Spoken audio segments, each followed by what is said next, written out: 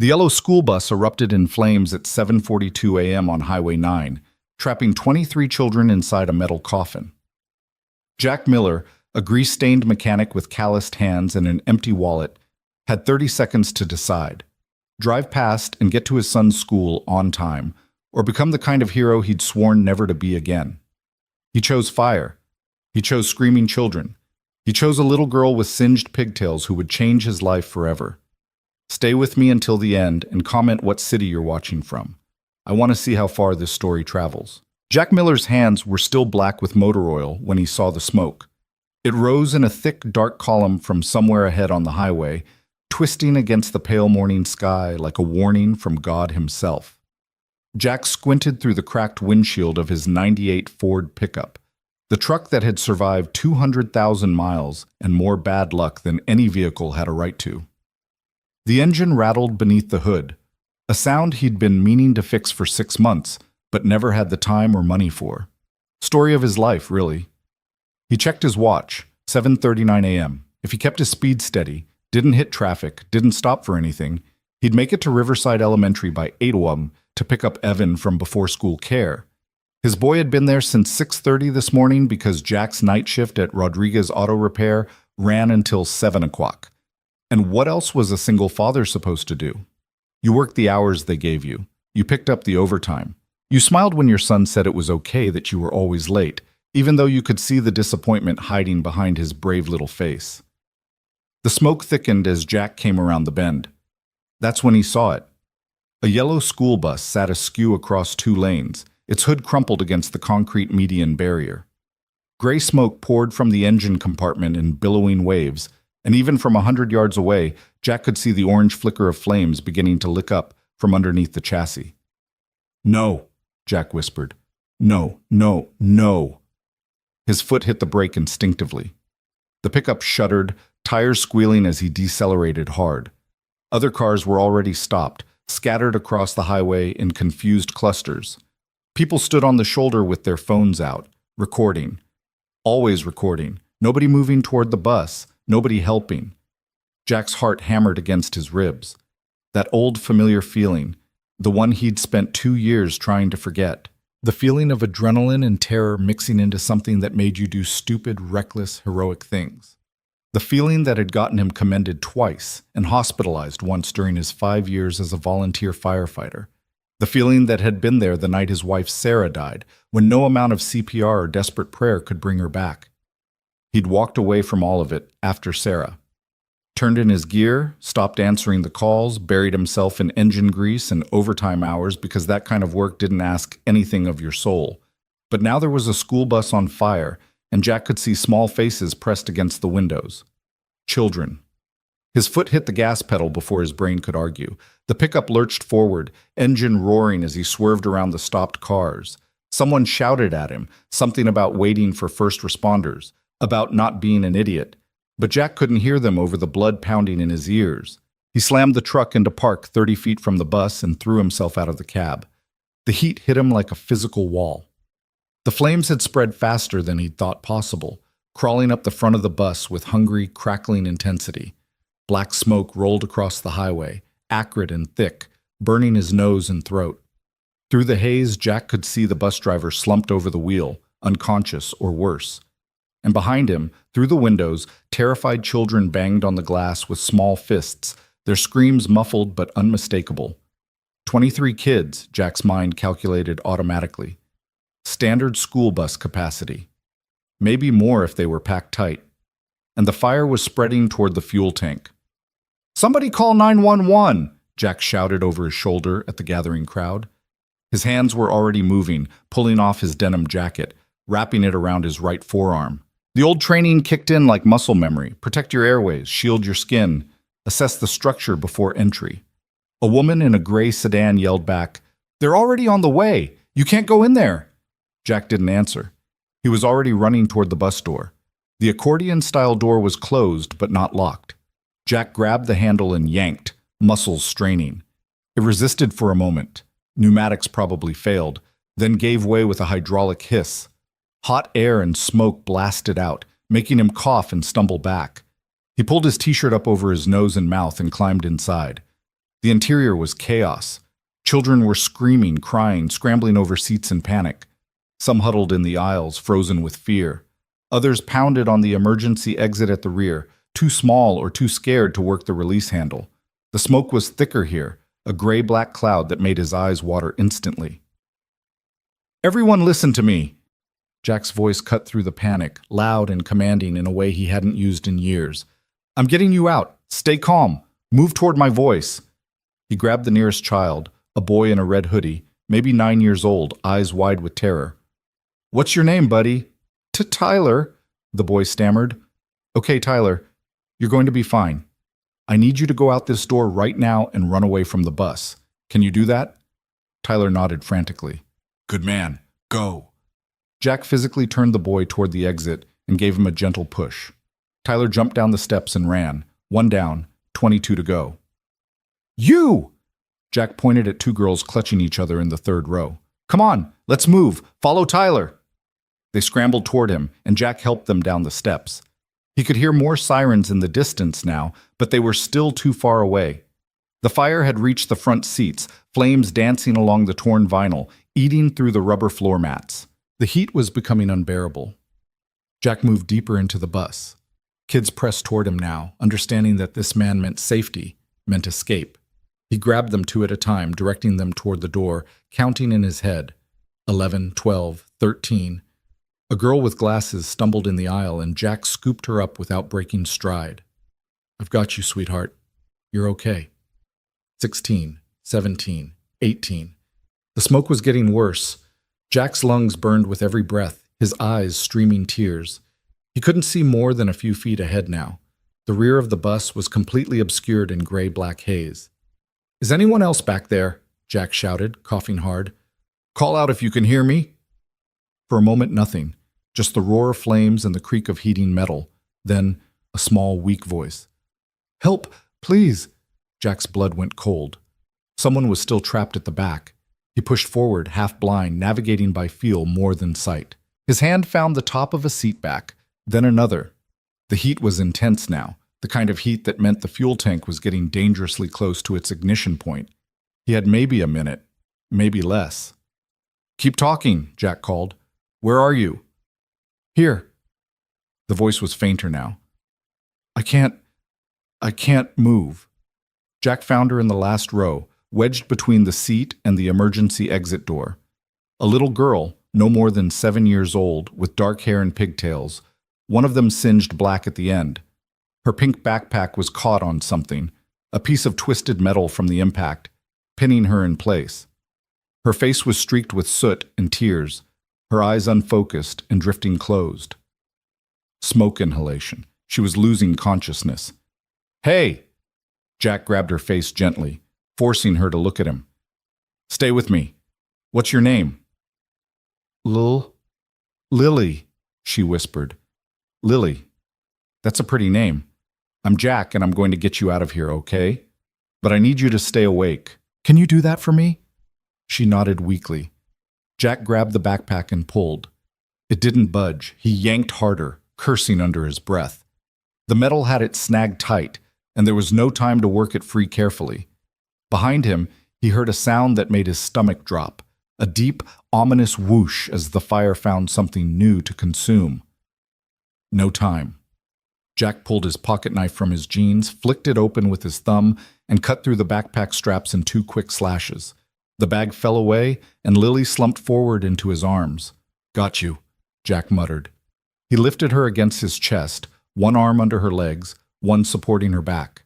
She weighed almost nothing. "Hold on tight, Lily." But she didn't respond.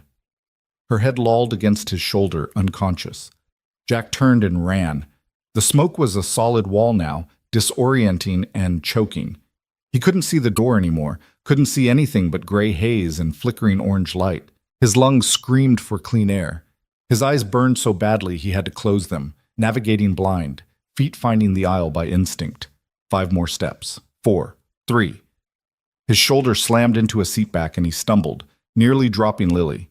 He caught himself, adjusted his grip on the little girl, kept moving. 2 steps. 1. Fresh air hit his face like a blessing. Jack burst through the bus door and down the steps, his legs nearly buckling as he hit the pavement. He ran as hard as he could with a child in his arms, boots pounding on asphalt, putting distance between them and the bus.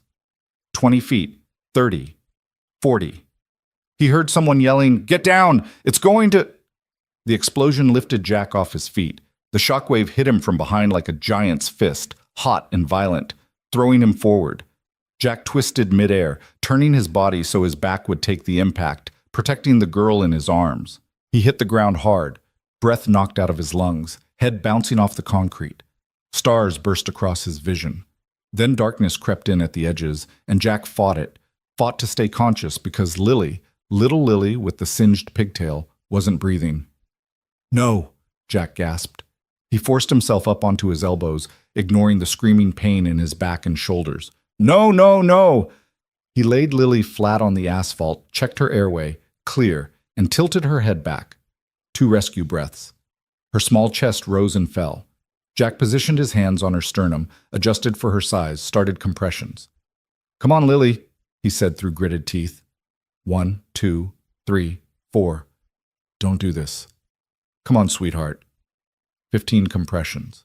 2 more breaths. Her lips were blue. Breathe, just breathe.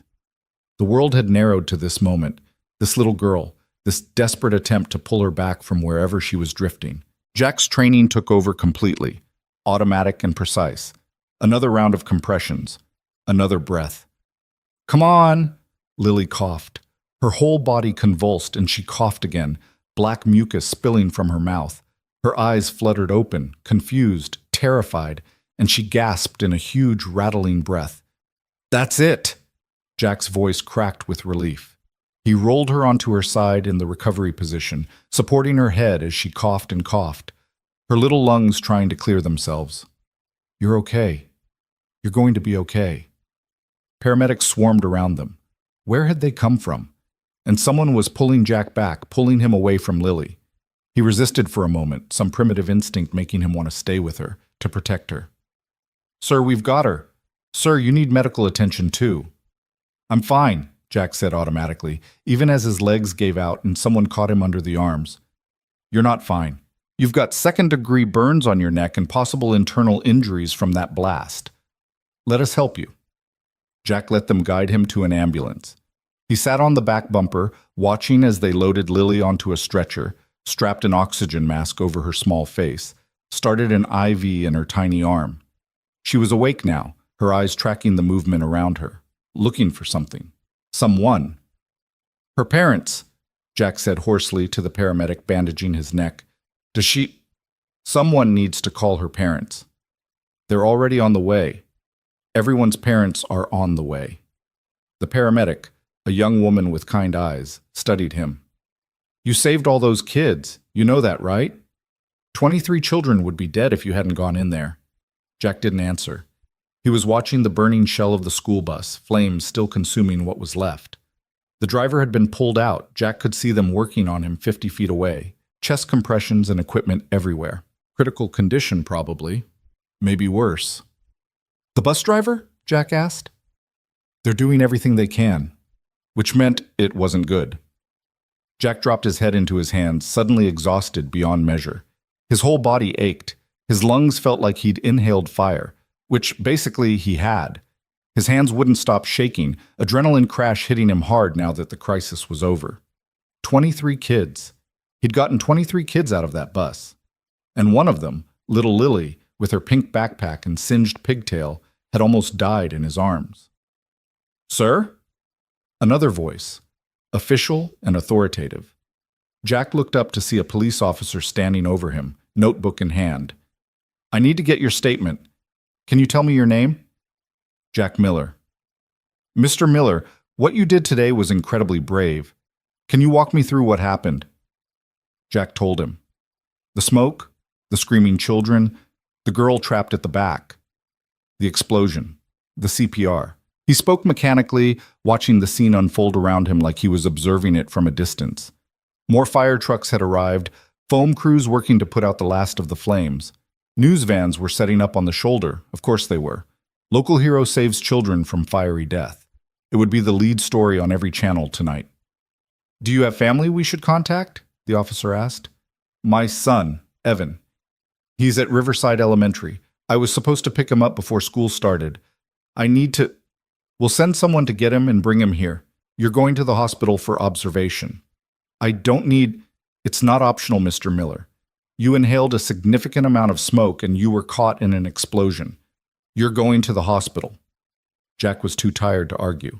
He let them load him into an ambulance. Not the same one as Lily. She'd already left, sirens wailing.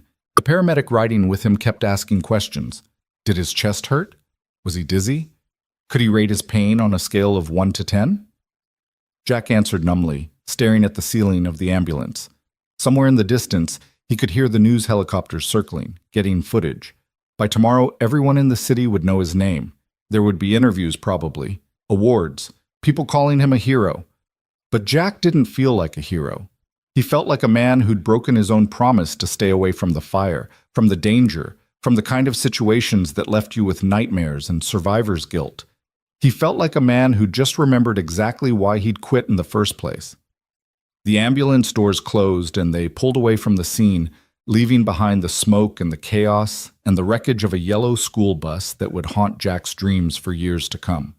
He closed his eyes and saw Lily's face, pale and unconscious, lips blue, chest not moving. Saw his hands doing compressions, counting, begging. Saw her cough and breathe and live. And Jack realized with a sinking feeling in his gut that some part of him had needed this. Some broken part that had been empty since Sarah died. Since he'd walked away from the work that had given his life meaning. He'd gotten a taste of it again. The rush, the purpose, the crystal clear moment when nothing mattered except saving a life. And God help him, it had felt good. The ambulance hit a bump, jarring his burned neck, and Jack hissed in pain. The paramedic adjusted his IV, said something soothing. Jack barely heard her. He was thinking about Evan, about his son's face when he heard what his dad had done.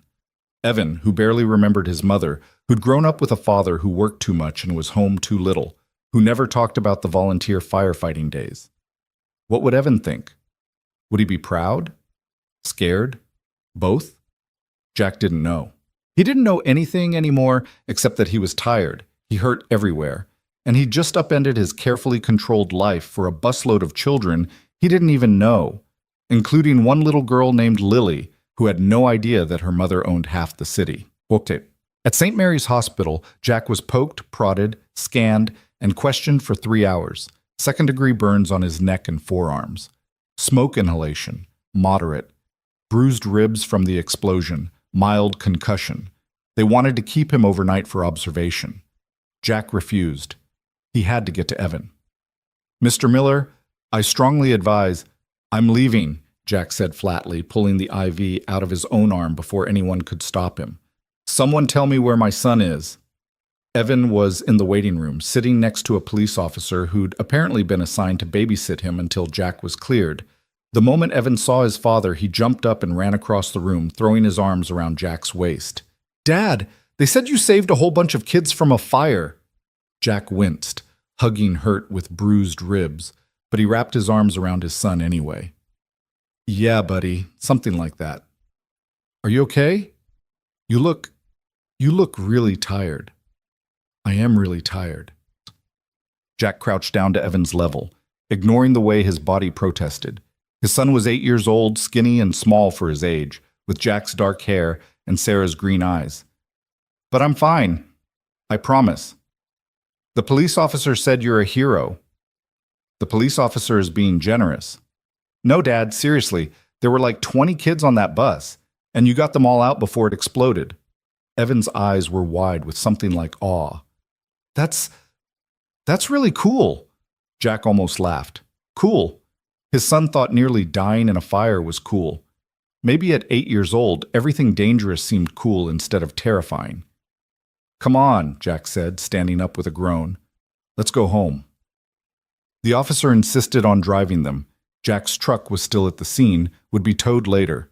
And by the time they pulled up to the shabby apartment complex on the east side of town, Jack was ready to collapse. He thanked the officer, guided Evan upstairs, and unlocked the door to their 2-bedroom unit. Home. It wasn't much: worn carpet, water stains on the ceiling, furniture from the Salvation Army, but it was theirs. The rent was cheap because the neighborhood was rough, but Jack had chosen it for the schools. Riverside Elementary was one of the better ones in the district, and that mattered more than having a fancy address. "Can I watch TV?" Evan asked. "Yeah, but keep it low. I need to shower." Jack stood under the hot water for 20 minutes, watching black soot and ash swirl down the drain. His neck stung where the burns were, and his ribs ached with every breath, but the heat felt good on his sore muscles. He closed his eyes and let the water pound against his back, trying not to think about the day, about the screaming children, about Lily's unconscious face, trying not to think about Sarah. But of course, he did. He always did. 2 years, 3 months, and 18 days since the car accident that had taken her from them. Head-on collision with a drunk driver, instant death, absolutely nothing anyone could have done. Jack had tried anyway, pulled her from the wreckage, performed CPR on the side of the road, while Evan screamed in his car seat and strangers called 911. 30 minutes of chest compressions, of begging her to breathe, of refusing to accept what every part of him knew was true. She was gone before the ambulance arrived. And Jack had quit firefighting 3 days after the funeral because he couldn't save people anymore. Couldn't be the hero. Couldn't risk leaving Evan alone in the world if something went wrong. Except today he'd done exactly that. Gone into the fire without thinking, without considering the consequences. And by some miracle, he'd survived. Jack turned off the water and stepped out, drying himself carefully around the bandages the hospital had applied. He pulled on clean jeans and a t-shirt and walked out to the living room where Evan was curled up on the couch, watching cartoons, with the volume barely audible. "You hungry?" Jack asked. "I can make mac and cheese." "Dad, you should rest. I can make it." "You're 8. "I know how to boil water and pour in the powder. You showed me." Evan looked at him seriously. "You got hurt today saving those kids. You should rest." Jack's chest tightened. When had his son become so grown up? "All right, thanks, buddy." While Evan clattered around in the kitchen, standing on a chair to reach the stove, carefully measuring water into the pot, Jack collapsed on the couch and let his eyes drift closed. Just for a minute. Just to rest. He woke up 3 hours later to darkness and the sound of his phone ringing. Jack fumbled for it, squinting at the screen. Unknown number. He almost didn't answer, probably a reporter who'd gotten his contact info somehow, but something made him swipe to accept. "Hello? Mr. Miller? Jack Miller?" A woman's voice, professional and precise. "Yeah, that's me. My name is Rebecca Chen. I'm calling on behalf of Olivia Grant." Jack's brain was still foggy with sleep. The name meant nothing. "Okay. Ms. Grant would like to meet with you tomorrow morning if possible, to thank you personally for what you did today." "Thank me? Lady, I don't even know who—" "You saved her daughter, Mr. Miller, Lily Grant. She'd very much like to express her gratitude." "Lily, the girl from the bus." Jack sat up straighter, fully awake now. "Is she okay? Lily, is she all right?" "She's recovering well, thanks to you. She's being kept overnight for observation, but the doctors expect a full recovery." A pause. "Ms. Grant would like to meet with you at 10 a.m. tomorrow at her office downtown. I can send a car for you." "I don't need a car. I can—" Jack stopped. "Wait, her office downtown? Who exactly is Olivia Grant?" There was a moment of silence, as if Rebecca Chen couldn't quite believe he was asking. "Ms. Grant is the CEO of Grant Holdings. Perhaps you've heard of Grant Tower, the Grant Medical Center? Grant Holdings manages approximately 40% of the commercial real estate in the metro area, along with significant investments in healthcare, technology, and—" "She's rich," Jack interrupted. "Got it." "Yes, Mr. Miller, she's rich." Rebecca's voice was amused now. "Will 10 a.m. work for you?" Jack thought about his shift at the auto shop. He was supposed to work noon to 10 tonight, but Rodriguez had probably seen the news by now. Everyone had probably seen the news. His phone had 17 voicemail messages and 42 texts, none of which he'd bothered to check yet. "Yeah," Jack said. 10 a.m. is fine. Where should I go?" Rebecca gave him an address downtown. in the financial district where Jack rarely went because everything there cost too much money. She offered again to send a car. Jack refused again. He'd take the bus, like normal people. After he hung up, Jack sat in the darkness of his living room, listening to Evan's gentle breathing from the bedroom. The TV was off, the apartment silent except for the distant sound of traffic and sirens. Somewhere out there, in a hospital room, a little girl named Lily was sleeping, oxygen mask on her face. Her rich mother probably sitting vigil beside her bed. And tomorrow, Jack was going to meet that mother and accept her thanks for doing what any decent person would have done. He had no idea that meeting would change the entire trajectory of his life. No idea that Olivia Grant didn't just own half the city. She owned enough power, enough influence, enough wealth to reshape Jack Miller's entire world. And she was about to do exactly that. Jack didn't sleep well that night. Every time he closed his eyes, he was back inside the burning bus, smoke filling his lungs, small hands grabbing at his jacket, Lily's pale face going slack in his arms. He'd jolt awake, gasping, heart racing, the phantom smell of burning rubber and diesel fuel so real he had to get up and check that nothing was actually on fire. By 6 a.m., he gave up trying. He made coffee, the cheap stuff that came in a big plastic tub, and stood by the kitchen window watching the sun come up over the city skyline. Somewhere out there, in one of those gleaming towers, was Grant Holdings, Olivia Grant's empire. A world so far removed from his shabby apartment that it might as well be on another planet. Jack's phone buzzed, another text. He'd been getting them all night, friends from the auto shop, old firefighting buddies he hadn't talked to in 2 years, distant cousins he barely remembered, even his landlord congratulating him. Everyone had seen the news. The video of him carrying Lily out of the bus had gone viral, apparently. Someone's phone footage of the explosion, of Jack shielding the girl with his body as they went down, had been shared 50,000 times. He ignored all of it, deleted the messages without reading them. He didn't want to be famous, didn't want the attention. He'd done what needed doing, and that was supposed to be the end of it, except now he had to go downtown and meet with a woman who probably had more money than God. "Dad?" Evan shuffled into the kitchen, rubbing his eyes. "Why are you up so early?" "Couldn't sleep. You want pancakes?" "We don't have pancake mix." "Right." Jack had meant to go grocery shopping 3 days ago, but between double shifts and exhaustion, he'd never made it. The fridge held milk, eggs, some questionable lunch meat, and half a jar of pasta sauce. "Eggs, then." "Eggs are good." Bacon Swiss what? Jack scrambled 4 eggs, 2 for each of them, and they ate standing at the counter because the small kitchen table was covered in bills Jack needed to sort through. Rent was due in 5 days. The truck needed new tires. Evan needed new shoes. The soles on his current pair were wearing through. Jack did the math in his head, like he did every month, calculating what he could pay now versus what could wait another 2 weeks. "Dad, there's people outside." Jack looked up. "What?" Evan was peering through the living room window, still in his pajamas. "A bunch of people with cameras." "Shit," Jack muttered, then caught himself.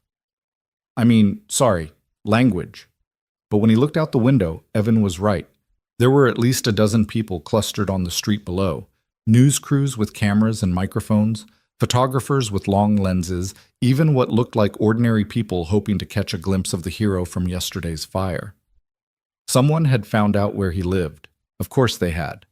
"Evan, go get dressed. We're leaving out the back." "Are those reporters?" "Yeah, buddy, and we're not talking to them." Jack pulled on his boots, the same ones from yesterday, still smelling faintly of smoke, and grabbed his only clean button-down shirt from the closet. It was wrinkled and a little tight across the shoulders, but it would have to do for meeting a CEO. He ran a hand through his hair, looked at himself in the bathroom mirror, and barely recognized the man staring back. His neck was wrapped in white gauze where the burns were, and his eyes looked hollow, haunted, like he'd aged 10 years overnight. By 8:30, they'd snuck out through the apartment complex's rear exit, walked 3 blocks to avoid the news crews, and caught the bus to Riverside Elementary. Jack walked Evan to his classroom, said hello to Mrs. Patterson, who looked at him with something like reverence and called him a hero, which made Jack deeply uncomfortable, and headed back downtown. The city bus was crowded during morning rush hour. Jack stood near the back, holding onto a pole, while commuters in business suits checked their phones and ignored each other. A few people glanced at him, did a double take, started to say something, then thought better of it.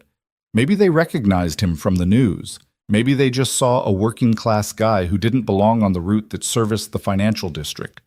Grant Tower was impossible to miss. 42 stories of steel and glass rising from the center of downtown like a monument to wealth and power. Jack had passed it 100 times on the bus, but never actually been inside. He stood on the sidewalk for a moment, craning his neck to look up at the top floors where the morning sun reflected off the windows in blinding flashes. This was a mistake. He should just turn around, go to work, forget the whole thing. But he'd made a promise to that woman on the phone, Rebecca Chen, and Jack Miller kept his promises, even when they scared him. The lobby was all marble and brass, with a reception desk that looked like it cost more than Jack's annual salary. A security guard in a crisp uniform looked up as Jack approached, and his expression shifted from professional courtesy to something like suspicion. Jack was aware suddenly of how he must look. Work boots, faded jeans, a wrinkled shirt, bandages on his neck. "Can I help you?" The guard's tone suggested he doubted it. "I'm here to see Olivia Grant. I have an appointment." The guard's eyebrows rose. "Name?" "Jack Miller." Something changed in the guard's face. Recognition, maybe respect.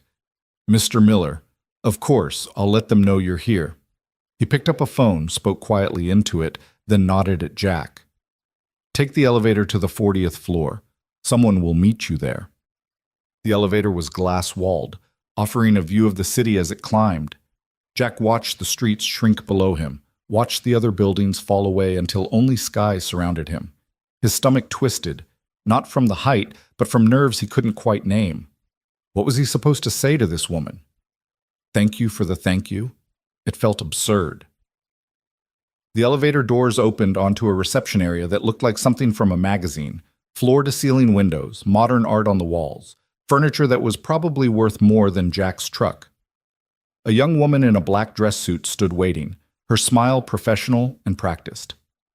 "Mr. Miller, I'm Rebecca Chen. We spoke on the phone." "Right. Hi." Jack shook her offered hand, conscious of his calloused palm against her smooth one. "Miss Grant is finishing a call, but she'll be with you shortly. Can I get you anything? Coffee? Water?" "I'm fine, thanks." Rebecca led him to a sitting area near the windows and gestured for him to take a seat. Jack sat on the edge of a leather chair that probably cost more than his monthly rent, hands on his knees, feeling completely out of place. Through a glass wall, he could see into what must be Olivia Grant's office. Massive desk, more windows, a view that stretched all the way to the harbor. And there she was. Olivia Grant stood with her back to him, phone pressed to her ear, one hand gesturing as she spoke. She wore a tailored white suit that fit her perfectly, her dark hair pulled back in a sleek ponytail. Even from behind, even through glass, she radiated the kind of confidence that came from having power and knowing how to use it. Jack had seen wealthy people before, customers at the auto shop who drove BMWs and Mercedes, who complained about the cost of repairs while wearing watches worth more than Jack made in 6 months. But this was different. This was wealth on a scale Jack couldn't quite comprehend, the kind that shaped cities and influenced politics and built towers that scraped the sky. And he'd saved her daughter's life. The call ended. Olivia set down the phone, spoke briefly to someone else in her office, a man in a gray suit who nodded and left through a side door, and then turned toward the reception area. Her eyes found Jack immediately. She was younger than he'd expected, maybe late 30s, with sharp features and dark eyes that assessed him in a single glance. Beautiful, Jack noticed with some surprise, in that polished, untouchable way of women who'd been rich their whole lives. But there was something else in her face, too, something raw beneath the professional mask. Exhaustion, maybe, or the aftermath of fear. Olivia walked out of her office, and Rebecca stood immediately. "Ms. Grant, this is Jack Miller." Jack stood too, awkwardly, feeling like he should bow or something equally ridiculous. "Mr. Miller." Olivia's voice was controlled, formal, but her hand trembled slightly when she extended it. "Thank you for coming." "Ma'am." Jack shook her hand. Her grip was firm, deliberate, the handshake of someone who'd learned that weakness was unacceptable. "Please, come into my office." She led him through the glass door, and Jack followed, hyper-aware of his boots on her expensive carpet. The office was even more impressive up close. Modern art that was probably worth a fortune. Bookshelves filled with leather-bound volumes, photographs in silver frames showing Lily at various ages. Lily at the beach, Lily blowing out birthday candles, Lily hugging a golden retriever. "Sit, please." Olivia gestured to a chair across from her desk, but she didn't sit herself. Instead, she stood by the windows, arms crossed, looking out at the city like she was trying to compose herself. Jack sat, waited. For a long moment, Olivia said nothing. Then, without turning around, she spoke. "I watched you carry my daughter out of that bus. Someone posted the video online. I've watched it probably 50 times since yesterday." Jack didn't know what to say to that. "Lily is my only child, my whole world, and you—" Her voice cracked just slightly before she steadied it. "You went into fire to save her. You nearly died. I did what anyone would have done." "No." Olivia turned to face him, and Jack was startled to see tears in her eyes, though she was clearly fighting them. Most people stood there with their phones out, recording. You ran toward danger. You saved 23 children, including mine. That's not what anyone does, Mr. Miller. That's what heroes do. "I'm not a hero, Ms. Grant. I'm just— Don't." The word came out sharp. Olivia took a breath, softened her tone. "Please don't diminish what you did. Not to me. Not when my daughter is alive because of you." Jack looked down at his hands, the bandages on his forearms from the burns, the permanent grease stains under his nails from years of auto work. These weren't Hero's hands. They were just hands. "How is she?" he asked quietly. "Lily, is she really okay?" Olivia's expression shifted, some of the CEO armor dropping away to reveal the mother underneath. "She's at St. Mary's. They kept her for observation because of the smoke inhalation. But yes, she's okay. She's asking about you, actually. Wants to know who the man was who saved her." "She doesn't remember?" "She remembers bits and pieces. Being trapped, the fire, someone telling her to stay awake, then waking up in the hospital." Olivia moved to her desk, finally sitting down in the large leather chair behind it. "The doctors said if you hadn't performed CPR when you did, she wouldn't have made it. Her heart had stopped." Jack's chest tightened.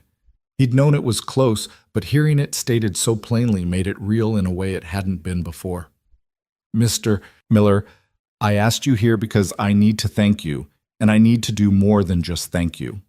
Olivia opened a drawer in her desk, pulled out a manila envelope, and slid it across to him.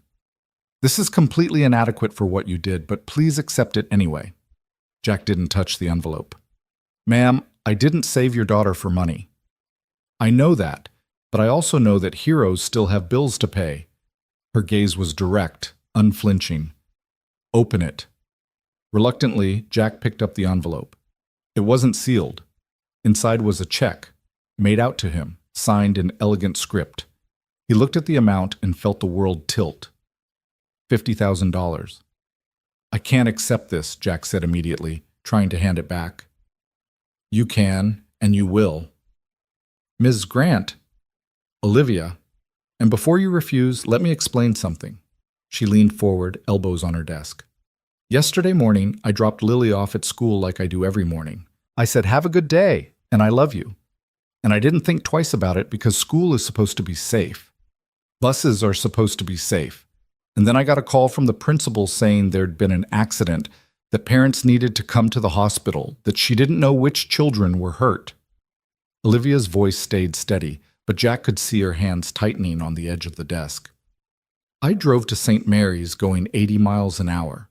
I ran into the emergency room, and they told me my daughter had stopped breathing, that a stranger had performed CPR on the side of the highway, that she was alive because of him. They told me her backpack had trapped her in the back of the bus, and you'd cut her free. They told me you'd carried her out seconds before the explosion." She stood again, pacing now. "Do you have children, Mr. Miller?" "A son, Evan. He's 8. "Then you understand. You understand that there is no amount of money, no gesture, nothing I could possibly do that would be enough. That check is not payment. It's me trying to do something, anything, to show you that my daughter's life has value to me." Jack looked at the check again. $50,000. Enough to pay off his truck, replace the tires, buy Evan new shoes and clothes, pay rent for the next year. Get ahead for once instead of constantly scrambling to stay afloat. But taking it felt wrong somehow, like he was profiting from a tragedy. What if I said I wanted something else instead? Jack heard himself say. Olivia stopped pacing. What do you mean? I mean, Jack set the check on her desk. I don't need charity. I work for a living, I pay my bills. But if you really want to thank me, help me understand something. That bus, how did it catch fire? I've worked on vehicles for 15 years, and buses don't just spontaneously combust. Something caused that. A shadow crossed Olivia's face. The preliminary investigation suggests it was a mechanical failure in the engine compartment. The bus was 18 years old, poorly maintained. The school district has been cutting transportation budgets for years. And no one noticed the problem before it put kids in danger. Apparently not. Jack felt anger stirring in his gut, the same anger that had driven him as a volunteer firefighter, the anger at preventable disasters and bureaucratic negligence. That's bullshit. Someone should have caught it, should have fixed it before it became a death trap. I agree. Olivia's eyes met his, and Jack saw something hard there, something sharp. Which is why I'm planning to do something about it. What do you mean? I mean, I'm using every ounce of influence I have to make sure this never happens again. I'm already in talks with the school board about funding new buses. I'm hiring a team to audit every vehicle in the district's fleet, and I'm pushing for new safety regulations that will require more frequent inspections. She smiled, but it wasn't a happy expression. It was the smile of someone who'd decided to wage war. Money can't buy back what was almost lost yesterday, Mr. Miller, but it can damn sure buy change. Jack found himself reassessing this woman. She wasn't just a rich CEO offering guilt money. She was someone who'd been terrified for her child and was channeling that terror into action. He could respect that. I still don't want the check, Jack said. Olivia sighed. You're a stubborn man.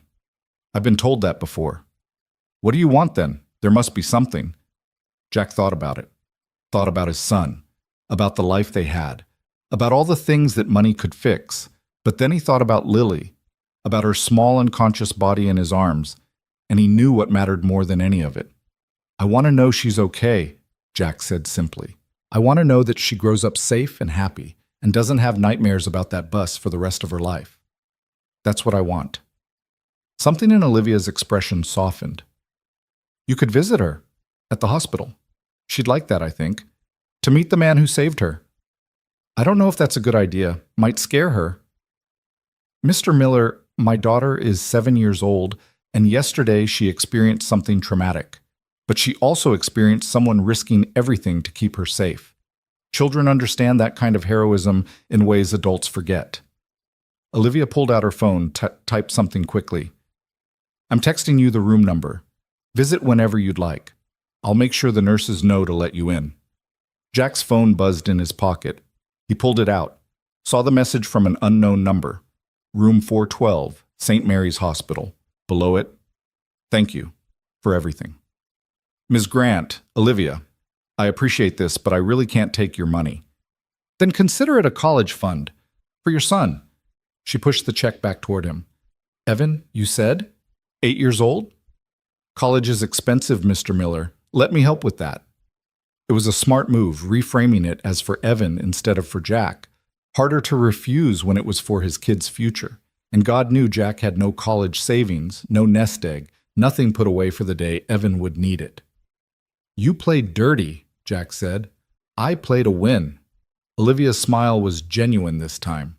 And I win by making sure the people who deserve help actually get it. Take the check, visit my daughter, and let me do this one thing to balance the cosmic scales. Jack picked up the check, folded it carefully, and tucked it into his pocket. It felt heavy there, like carrying around a live grenade. Thank you. No, Mr. Miller, thank you. Rebecca appeared at the office door. Impeccable timing, like she'd been listening for the right moment.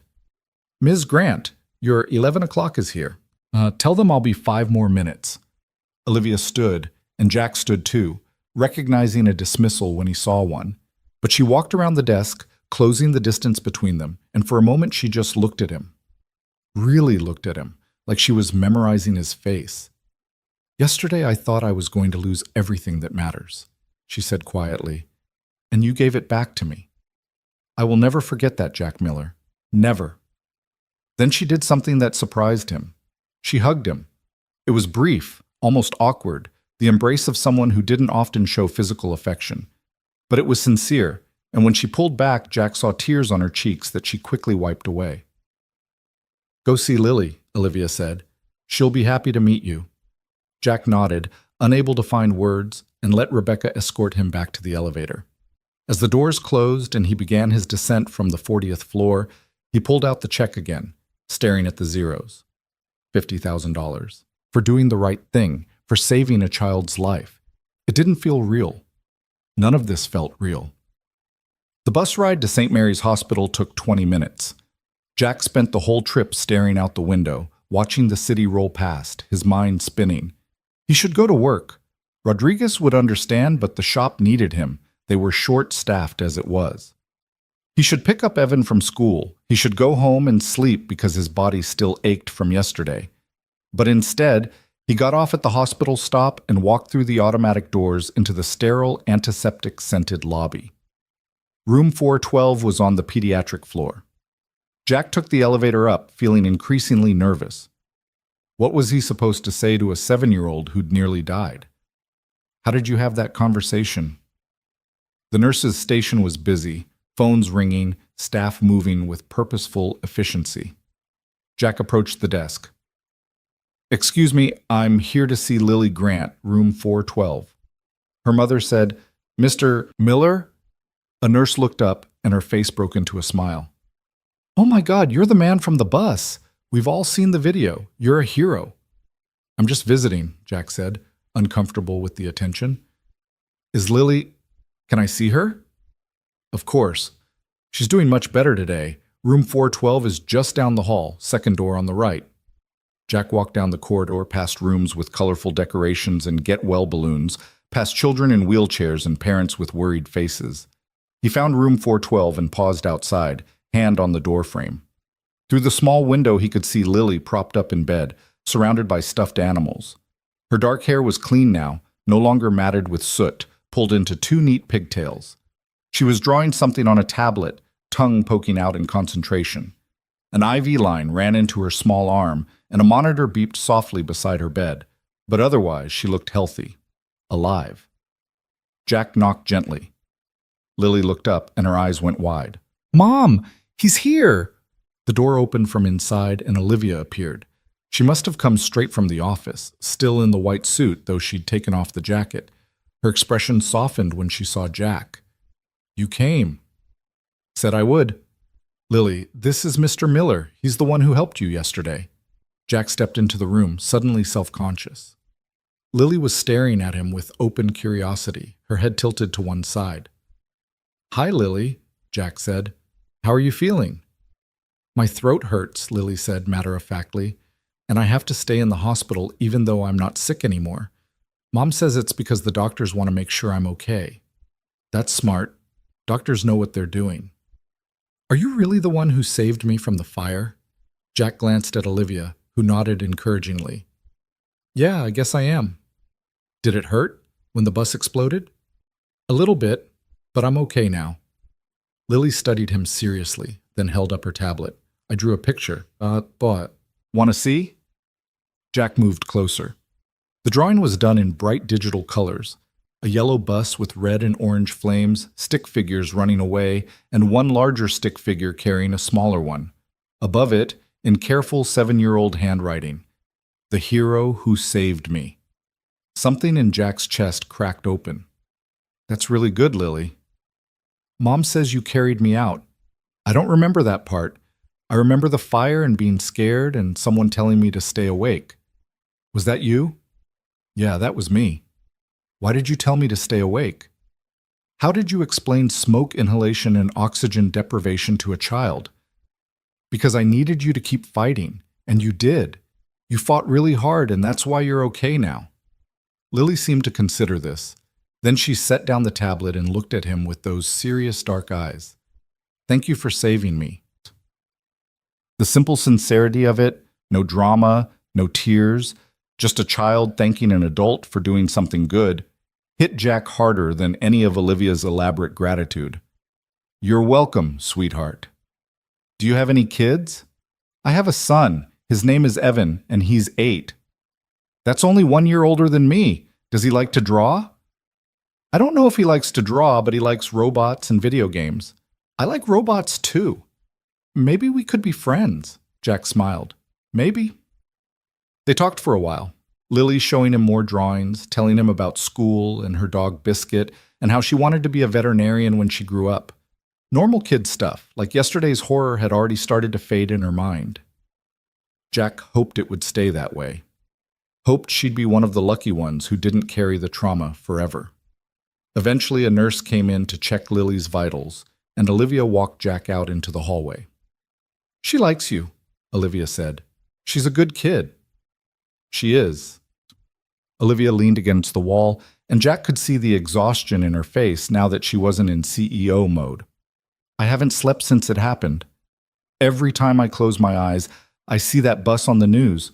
I see the flames, and I think about how close I came to—" She stopped, biting her lip. "She's okay," Jack said gently. "She's going to be fine. Because of you. Because she's tough. Kids are resilient." Olivia looked at him for a long moment. "You really don't see it, do you? How extraordinary what you did was." "I see a lot of people standing around with cameras while children were burning. I see a bus that should have been replaced 10 years ago still hauling kids. I see a system that failed, and I'm angry about it." Jack crossed his arms. "But no, I don't see myself as extraordinary. I see myself as someone who did what needed doing." "That's exactly what makes you extraordinary." Jack didn't know how to respond to that, so he changed the subject. "The check you gave me. I'll put it toward Evan's college, like you said. Thank you for that." "You're welcome. And Jack?" She pulled a business card from her pocket and handed it to him. "If you ever need anything, and I mean anything, call me. Day or night. I owe you a debt I can never repay, but I'll spend the rest of my life trying." Jack took the card. Embossed lettering, expensive paper, Olivia Grant, CEO, Grant Holdings, her direct office line, and her personal cell phone number. "I should get going," Jack said. "I've got a shift at the auto shop tonight." "You work at an auto shop?" "Rodriguez Auto Repair, East Side. Been there about 3 years." Olivia's expression shifted. Surprise, maybe, or curiosity. "You're a mechanic?" "Yeah, why?" "Nothing, I don't know what I assumed you did for a living, but that wasn't it."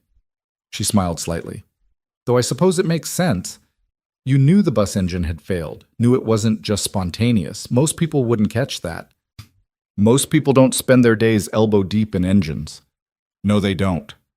Olivia was looking at him differently now, like she was seeing him in a new light.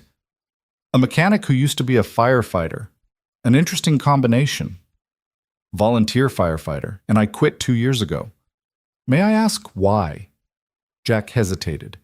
He didn't talk about Sarah, didn't talk about the accident, didn't talk about any of it with anyone. But something about Olivia, maybe the vulnerability in her eyes, maybe the shared experience of nearly losing someone, made him want to answer honestly. "I lost my wife, car accident. I was there when it happened, tried to save her, couldn't. After that, I couldn't do the firefighting anymore. Couldn't be the guy who runs into danger. I had Evan to think about, and he'd already lost his mother. He couldn't lose me too." "I'm sorry," Olivia said softly.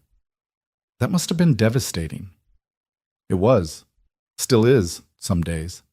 Jack looked back through the window at Lily, happily drawing in her hospital bed. "But you move forward. You keep going for your kid. That's what parents do." "Yes, that's exactly what parents do." Olivia followed his gaze. "I lost my husband 3 years ago. Cancer.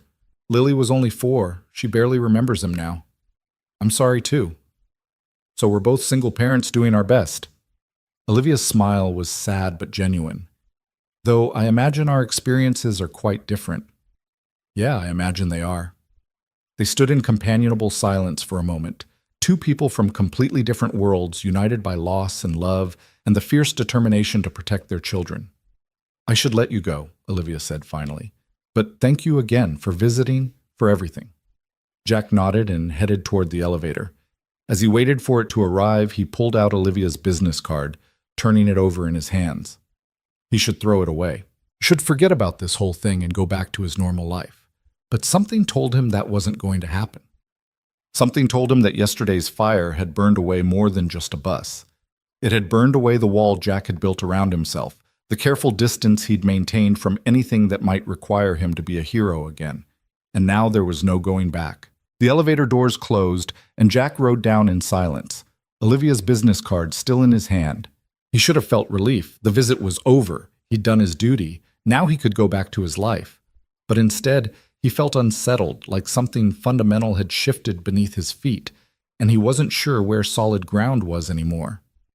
By the time he reached the hospital lobby, his phone was buzzing again. Rodriguez, his boss at the auto shop. "Jack, man, you coming in today or what? We got 3 cars backed up and Tommy called in sick again." "Yeah, I'm coming. Give me 45 minutes. "You sure? I saw the news, saw what you did. You should take some time, rest up." "I'm fine. I'll be there." He wasn't fine. His neck still hurt where the burns were healing. His ribs ached every time he took a deep breath, and exhaustion pulled at him like a physical weight.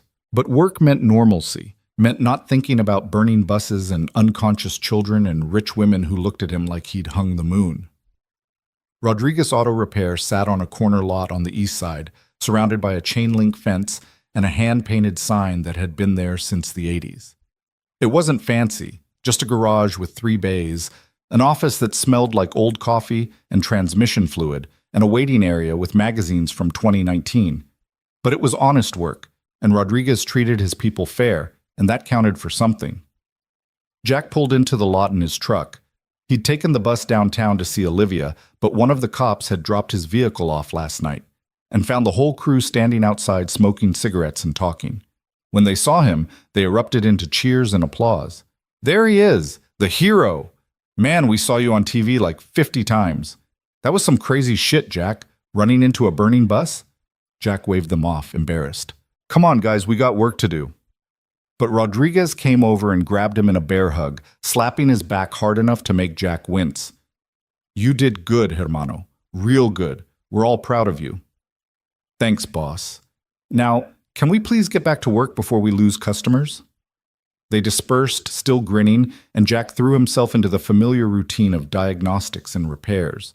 Oil changes, brake jobs, a transmission replacement that would take most of the afternoon.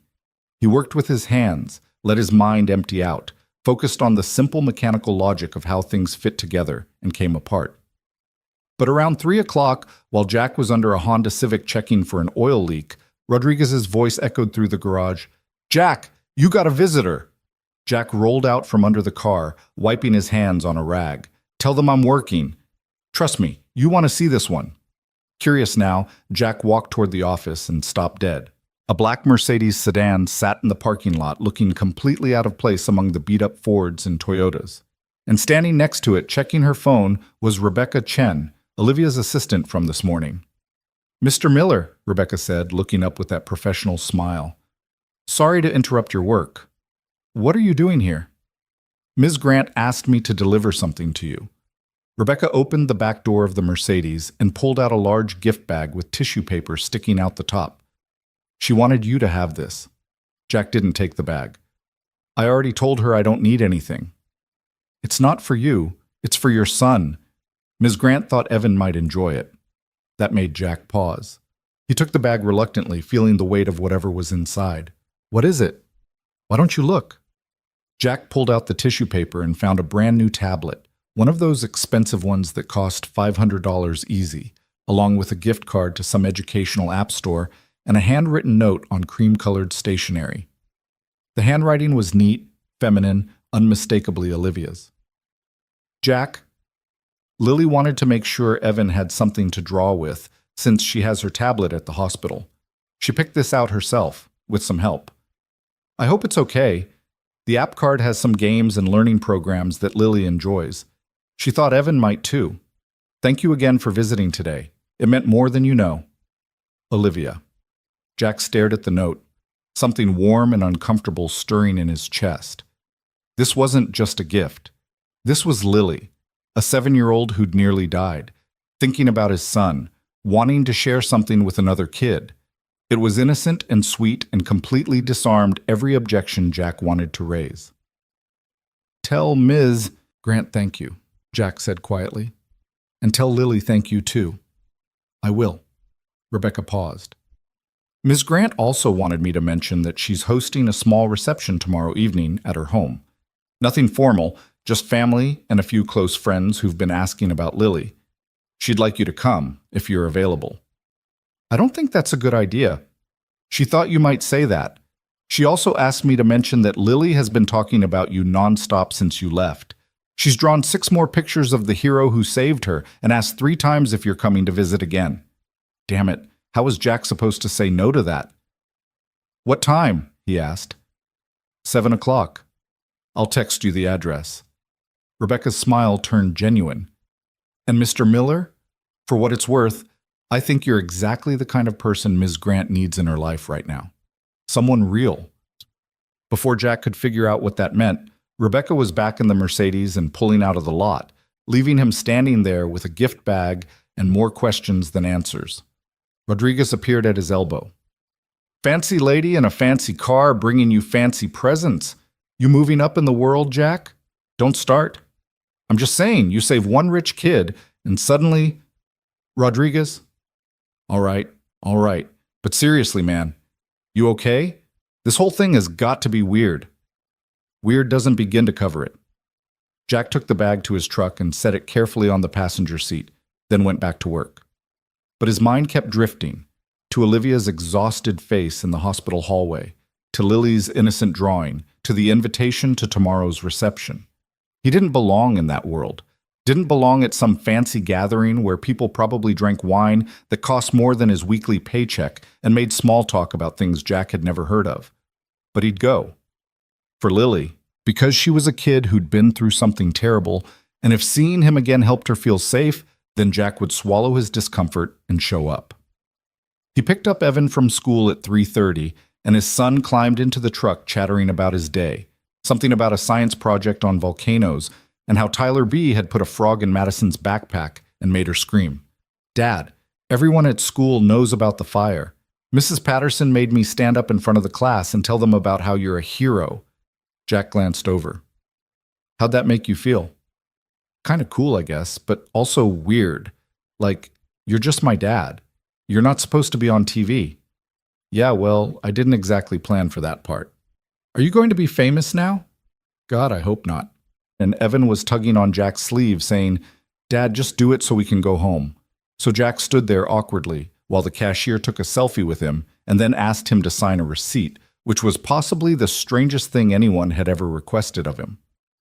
"This is going to be my life now, isn't it?" Jack muttered as they walked to the truck. "At least for a little while," Evan said wisely. "But people forget stuff pretty fast. Remember when that kid in my class brought a snake to school and it got loose? Everyone talked about it for like 2 weeks and now nobody even remembers. Pretty sure this is different than a snake, buddy." At home, Jack made spaghetti while Evan did homework at the kitchen table.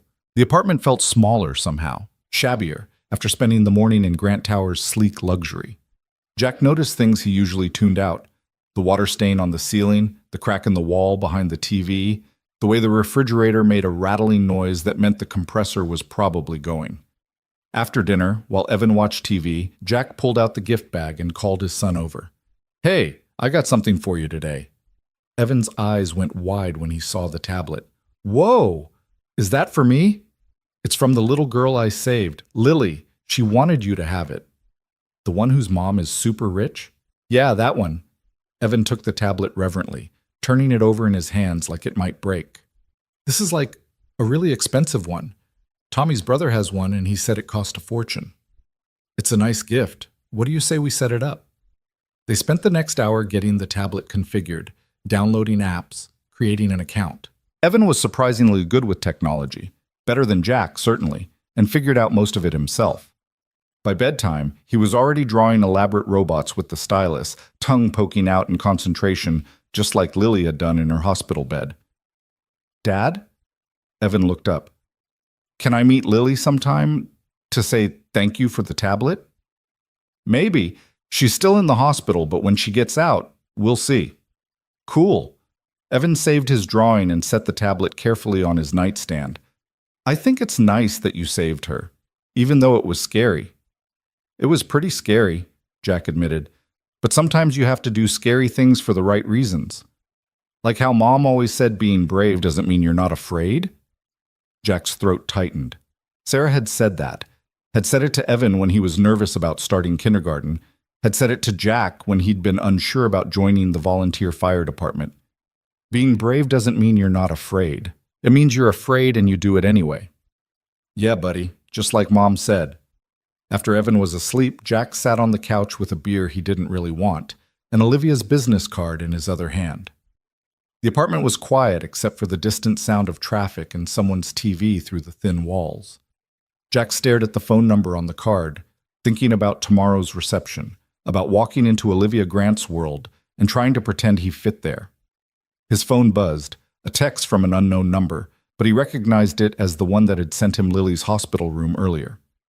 Rebecca mentioned she delivered Lily's gift. I hope Evan likes it. Also wanted to confirm you're coming tomorrow? Lily keeps asking. Address is 2847 Lakewood Drive. Casual dress, jeans are fine. See you at 7. Oh, casual dress. Jeans are fine. Like Olivia knew he'd be worried about what to wear, knew he'd be feeling out of place already. Something about that consideration made Jack's defenses crack a little further. He texted back, Evan loves the tablet. Thank you. I'll be there tomorrow. The response came almost immediately. Thank you, Jack. It means a lot.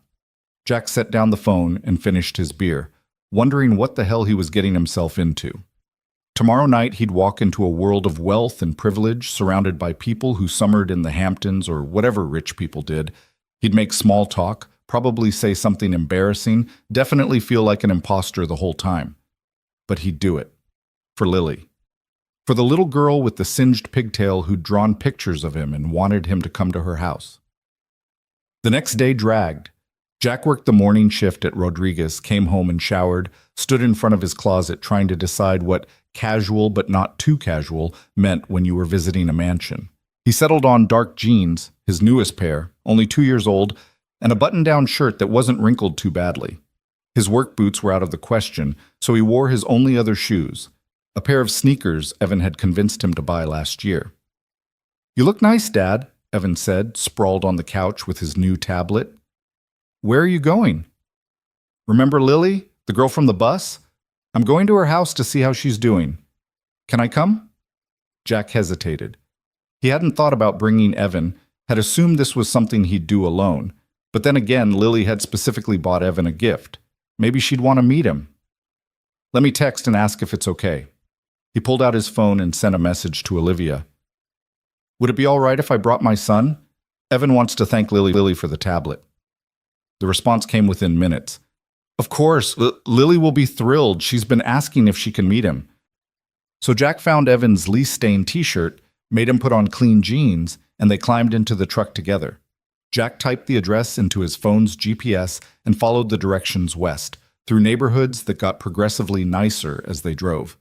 The houses grew larger, the lawns more manicured, the cars in the driveways more expensive. Lakewood Drive was in the kind of neighborhood that had a guardhouse and a gate. Jack pulled up to the security booth, feeling completely out of place in his beat-up truck, and gave his name to the guard. Miller, Jack, I'm here to see Olivia Grant. The guard checked his list, nodded, and waved them through. 2847 is at the end of Lakewood, on the right. Can't miss it. He wasn't kidding. Jack drove down a tree-lined street past houses that could only be called estates, sprawling properties with iron gates and circular driveways, and architecture that probably had fancy names Jack didn't know.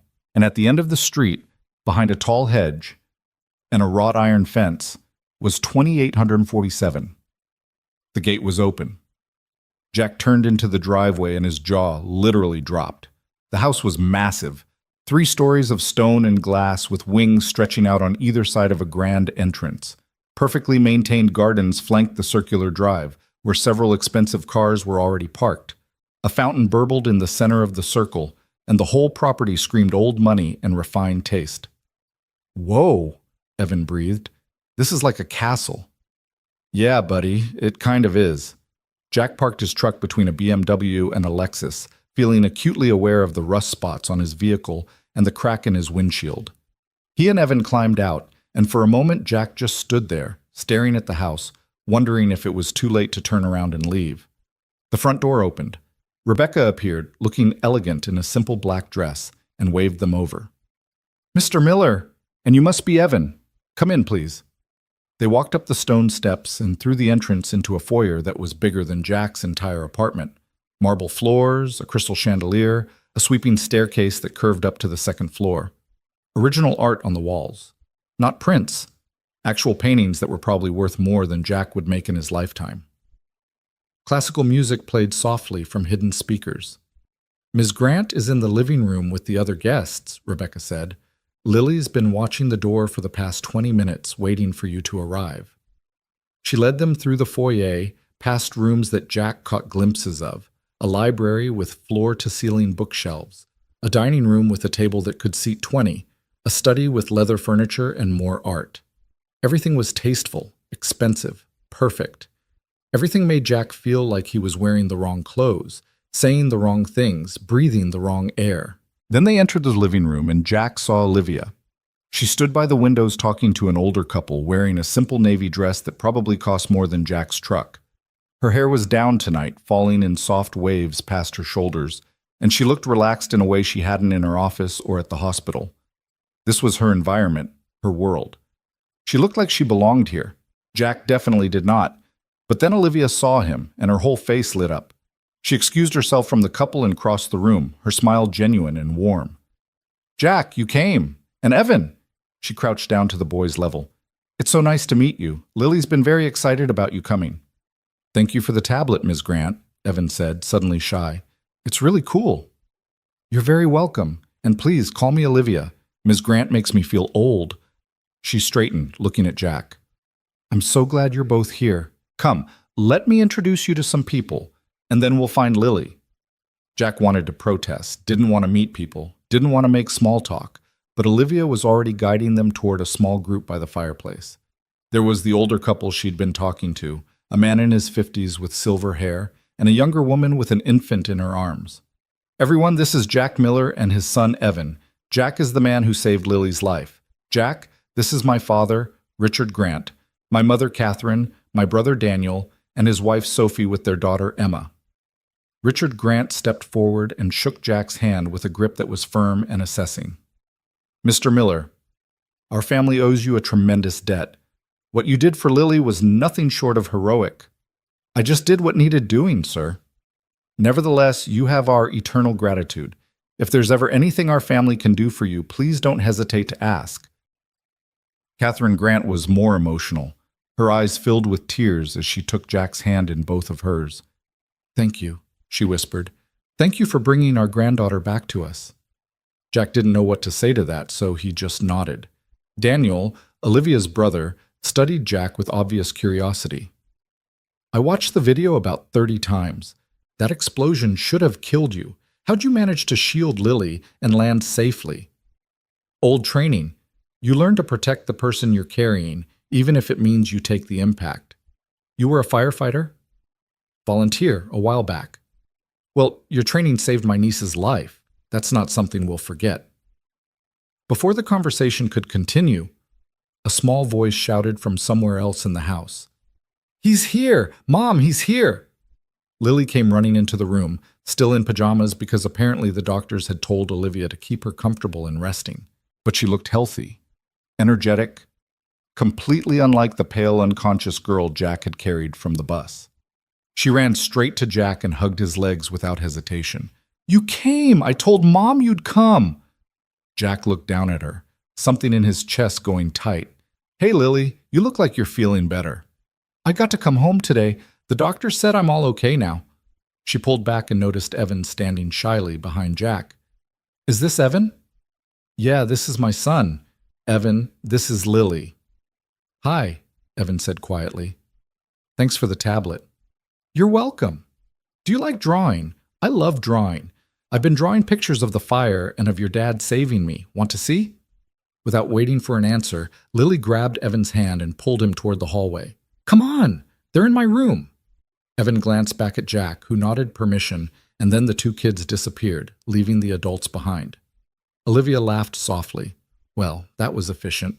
I should have known she'd monopolize Evan immediately. Kids have a way of cutting through the awkwardness, Jack said. Would you like a drink? We have wine, beer, some cocktails. Beer would be great. Olivia led him to a bar area near the windows where bottles and glasses were arranged with the kind of precision that suggested a professional had set everything up. She handed Jack a beer, some craft brand he'd never heard of, and poured herself a glass of white wine. How are you doing? Olivia asked. Really? Honestly? Feeling pretty out of my depth. Because of the house? Because of all of it. The house, the people, the whole situation. Jack gestured vaguely. I don't belong here, Olivia. Why not? Because I'm a mechanic from the east side who drives a truck held together with rust and prayers. He trailed off, not sure how to finish that sentence. I'm what? You own half the city. You live in a house that could fit my apartment 10 times over. You have art on your walls that's probably worth more than I'll make in my life.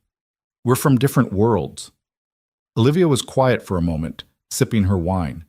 Then she said, You know what I thought when I first saw you yesterday?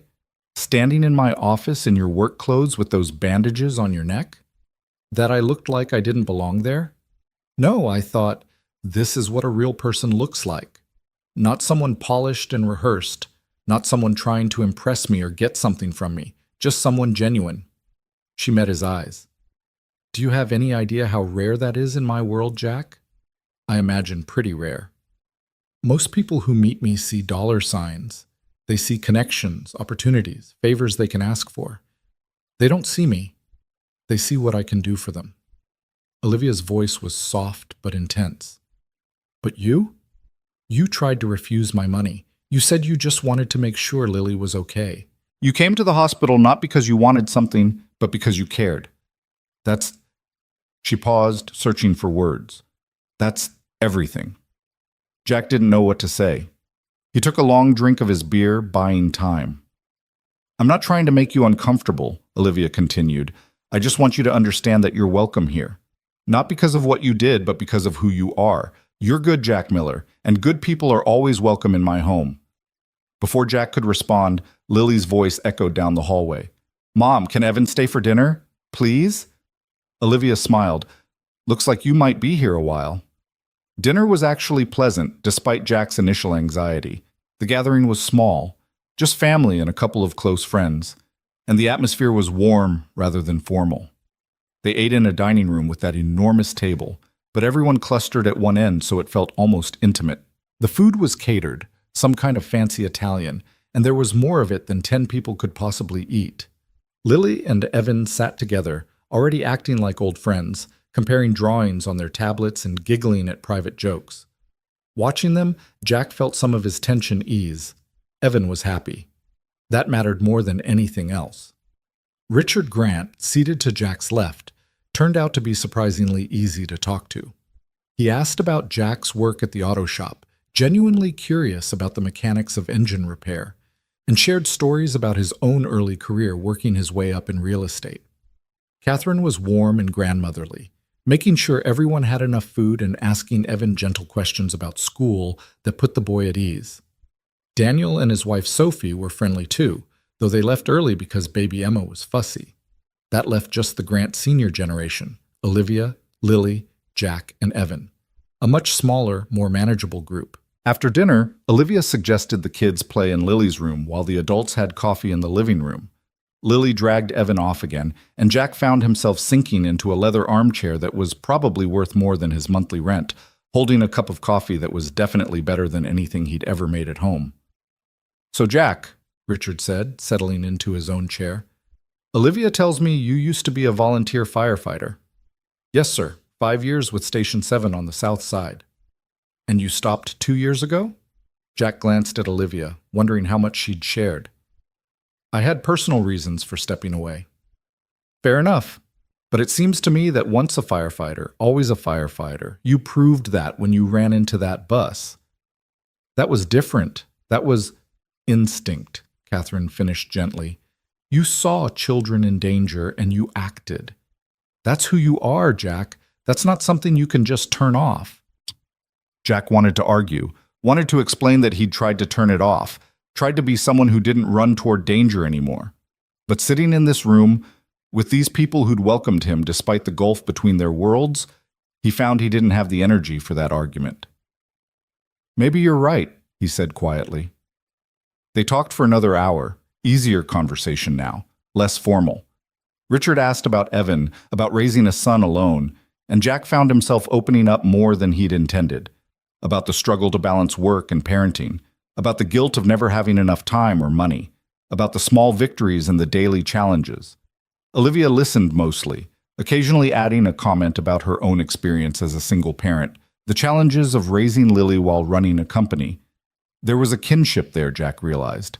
Different circumstances, different resources, but the same fundamental struggle of doing your best for your child while feeling like it was never quite enough. Around 9 o'clock, Richard and Catherine excused themselves. It was late for them, and they had an early morning. They both hugged Jack goodbye, which surprised him, and made him promise to visit again soon, which surprised him even more. "I think they like you," Olivia said after they'd gone. "They're good people." "They are. And they mean it, about visiting. My father doesn't issue invitations lightly." Olivia set down her wine glass. "Should we check on the kids?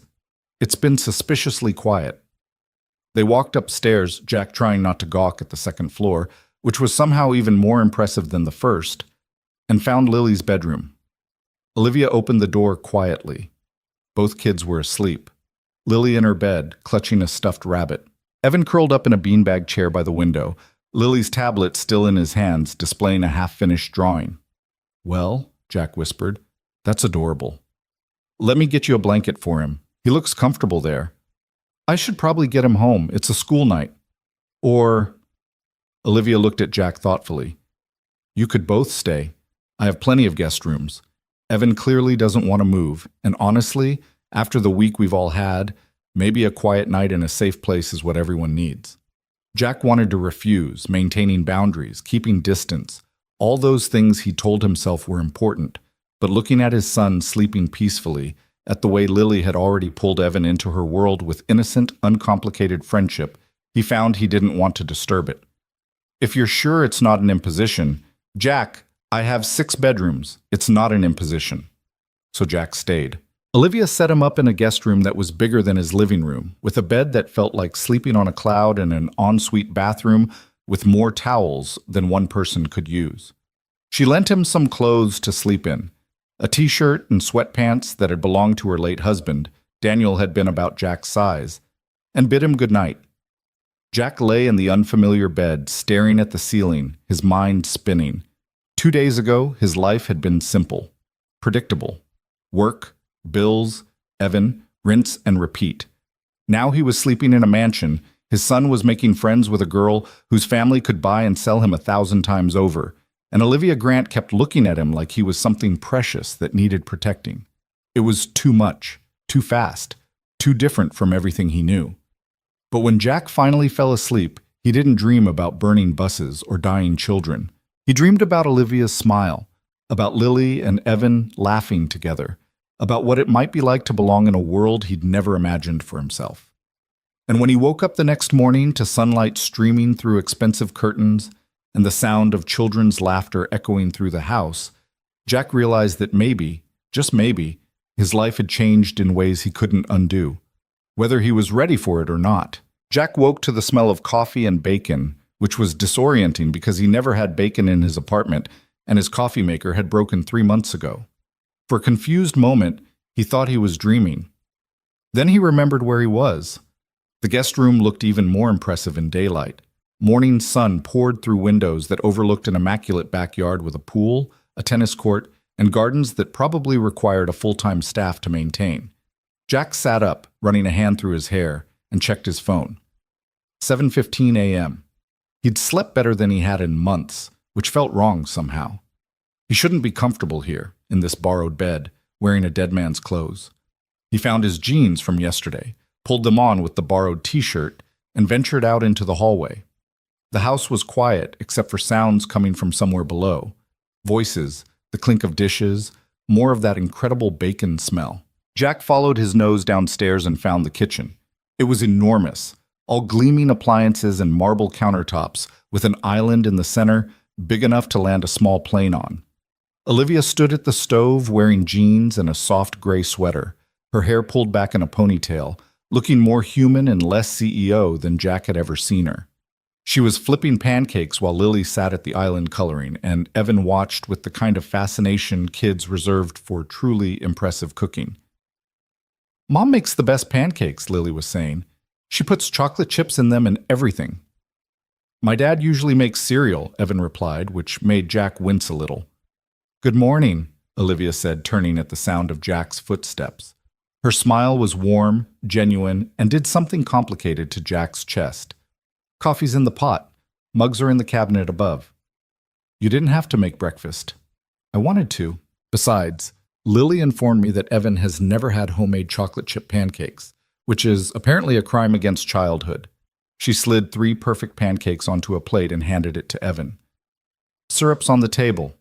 Jack poured himself coffee, better than the hospital coffee, better than anything from a diner, and sat at the island next to his son. Evan was already demolishing the pancakes with the single-minded focus of an 8-year-old presented with sugar and chocolate for breakfast. "These are really good," Evan said through a mouthful. "Like really, really good." "I'm glad you like them." Olivia started another batch, and Jack noticed how comfortable she looked doing this. How normal, like maybe underneath the business suits and the power and the wealth, she was just a mom making breakfast for kids. "Jack, how did you sleep?" "Better than I have in a long time, actually. That bed is incredible." "Guest room mattresses are important. You never know when you'll need to host someone." She glanced at him, something unreadable in her expression. "I'm glad you stayed, both of you." Lily looked up from her coloring. "Can Evan come over again? We didn't finish our robot drawing last night." "That's up to Evan's dad, sweetheart." 2 pairs of eyes turned to Jack, one 7-year-old and pleading, one 8-year-old and hopeful. "We'll see," Jack said, which was parent speak for probably yes, but I need to maintain some illusion of authority. They ate breakfast together, the 4 of them, and it felt surreal, domestic, like they were a family instead of 2 single parents from completely different worlds who'd been thrown together by chance and fire. Evan and Lily chattered about school and games and whether robots or dinosaurs were cooler. Olivia asked Jack about his plans for the day, whether he had to work, what time Evan needed to be at school. "I've got the morning off," Jack said. "Evan's school starts at 8:30. I'm working the afternoon shift at Rodriguez, noon to 8. What about Evan after school?" "There's an after-school program. I pick him up around 8:30. We have dinner. He does homework. Bed by 9. Same routine every day." Olivia was quiet for a moment, and Jack could practically see her mind working. That's a long day for him. 3 hours in before school care, then a full school day, then another 4 hours of after school. "It's what we can afford." Jack heard the defensiveness in his own voice and tried to soften it. "I do the best I can with what I have." "I know you do." I wasn't criticizing. Olivia poured herself more coffee.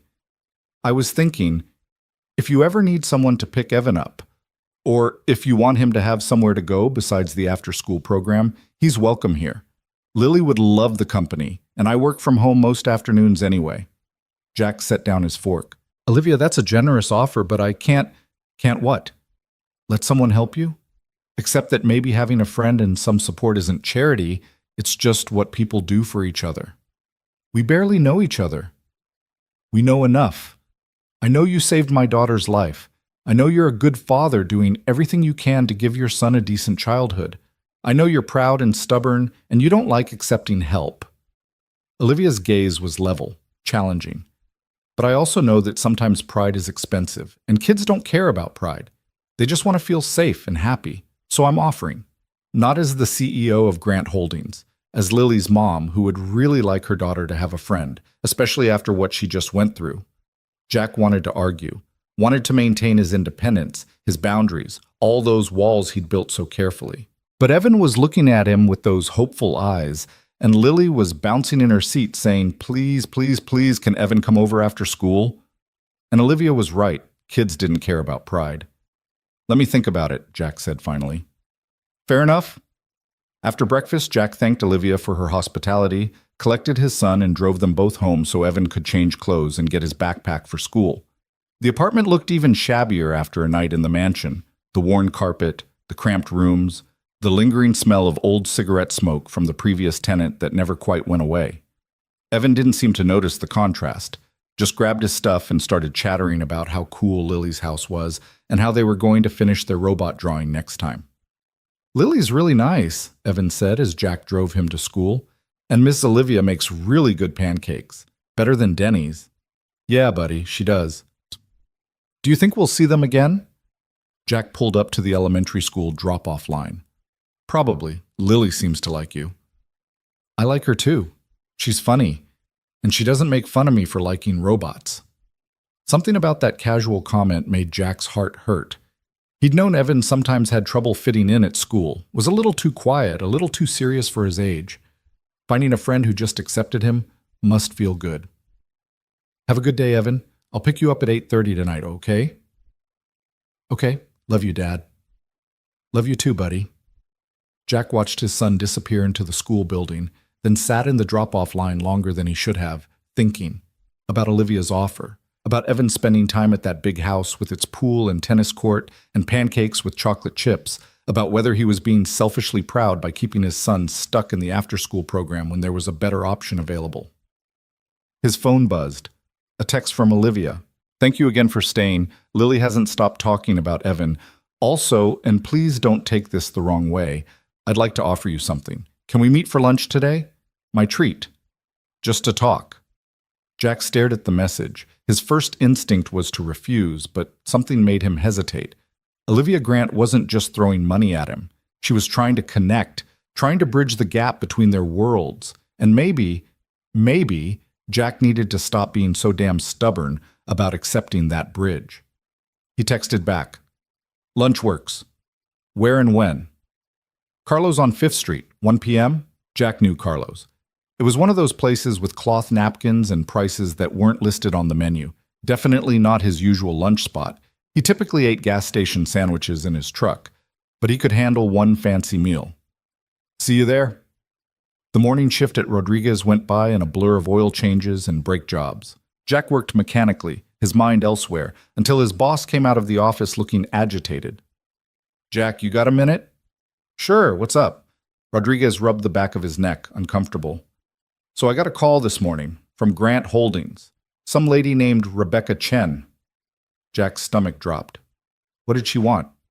"She asked about our staffing, our workload, whether we had capacity for a new contract." Rodriguez looked at Jack searchingly. "She mentioned your name specifically. Said Ms. Grant was very impressed with your work and wanted to discuss a potential partnership." "Partnership?" "Something about Grant Holdings maintaining a fleet of vehicles for their properties.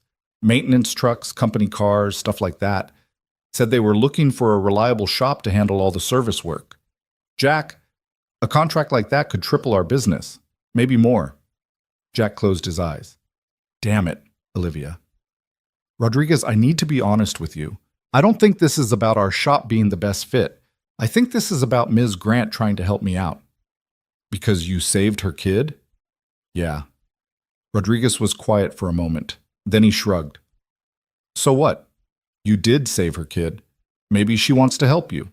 Maybe she also recognizes we do good work at a fair price. Does the reason matter if it's a legitimate business opportunity?" "It matters to me.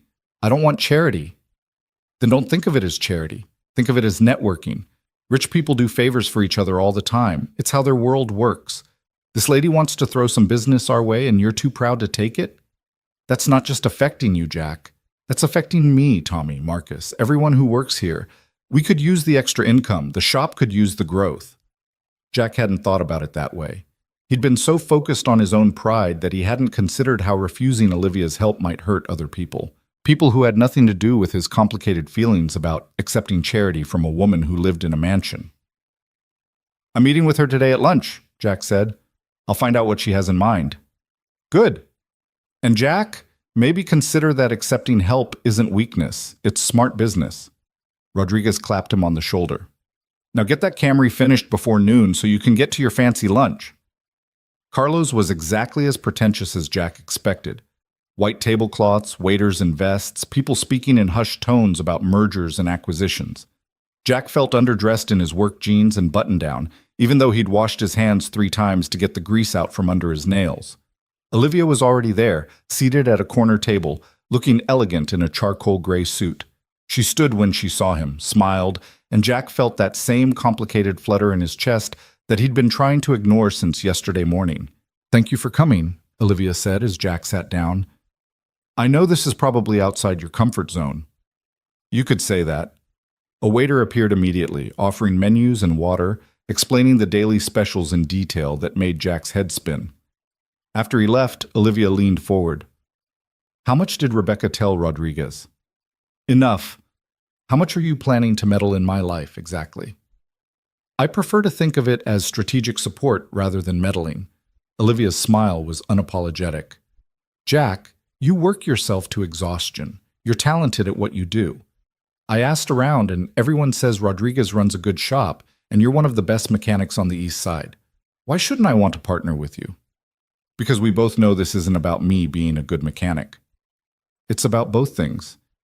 Yes, I want to help you, but I also genuinely need reliable vehicle maintenance for my properties, and I'd rather give that business to someone I trust than some corporate fleet service that overcharges and underdelivers." The waiter returned and they ordered, Olivia getting some kind of salad with a name Jack couldn't pronounce, Jack defaulting to a burger because at least he knew what that was. After the waiter left, Olivia pulled out a folder from her bag.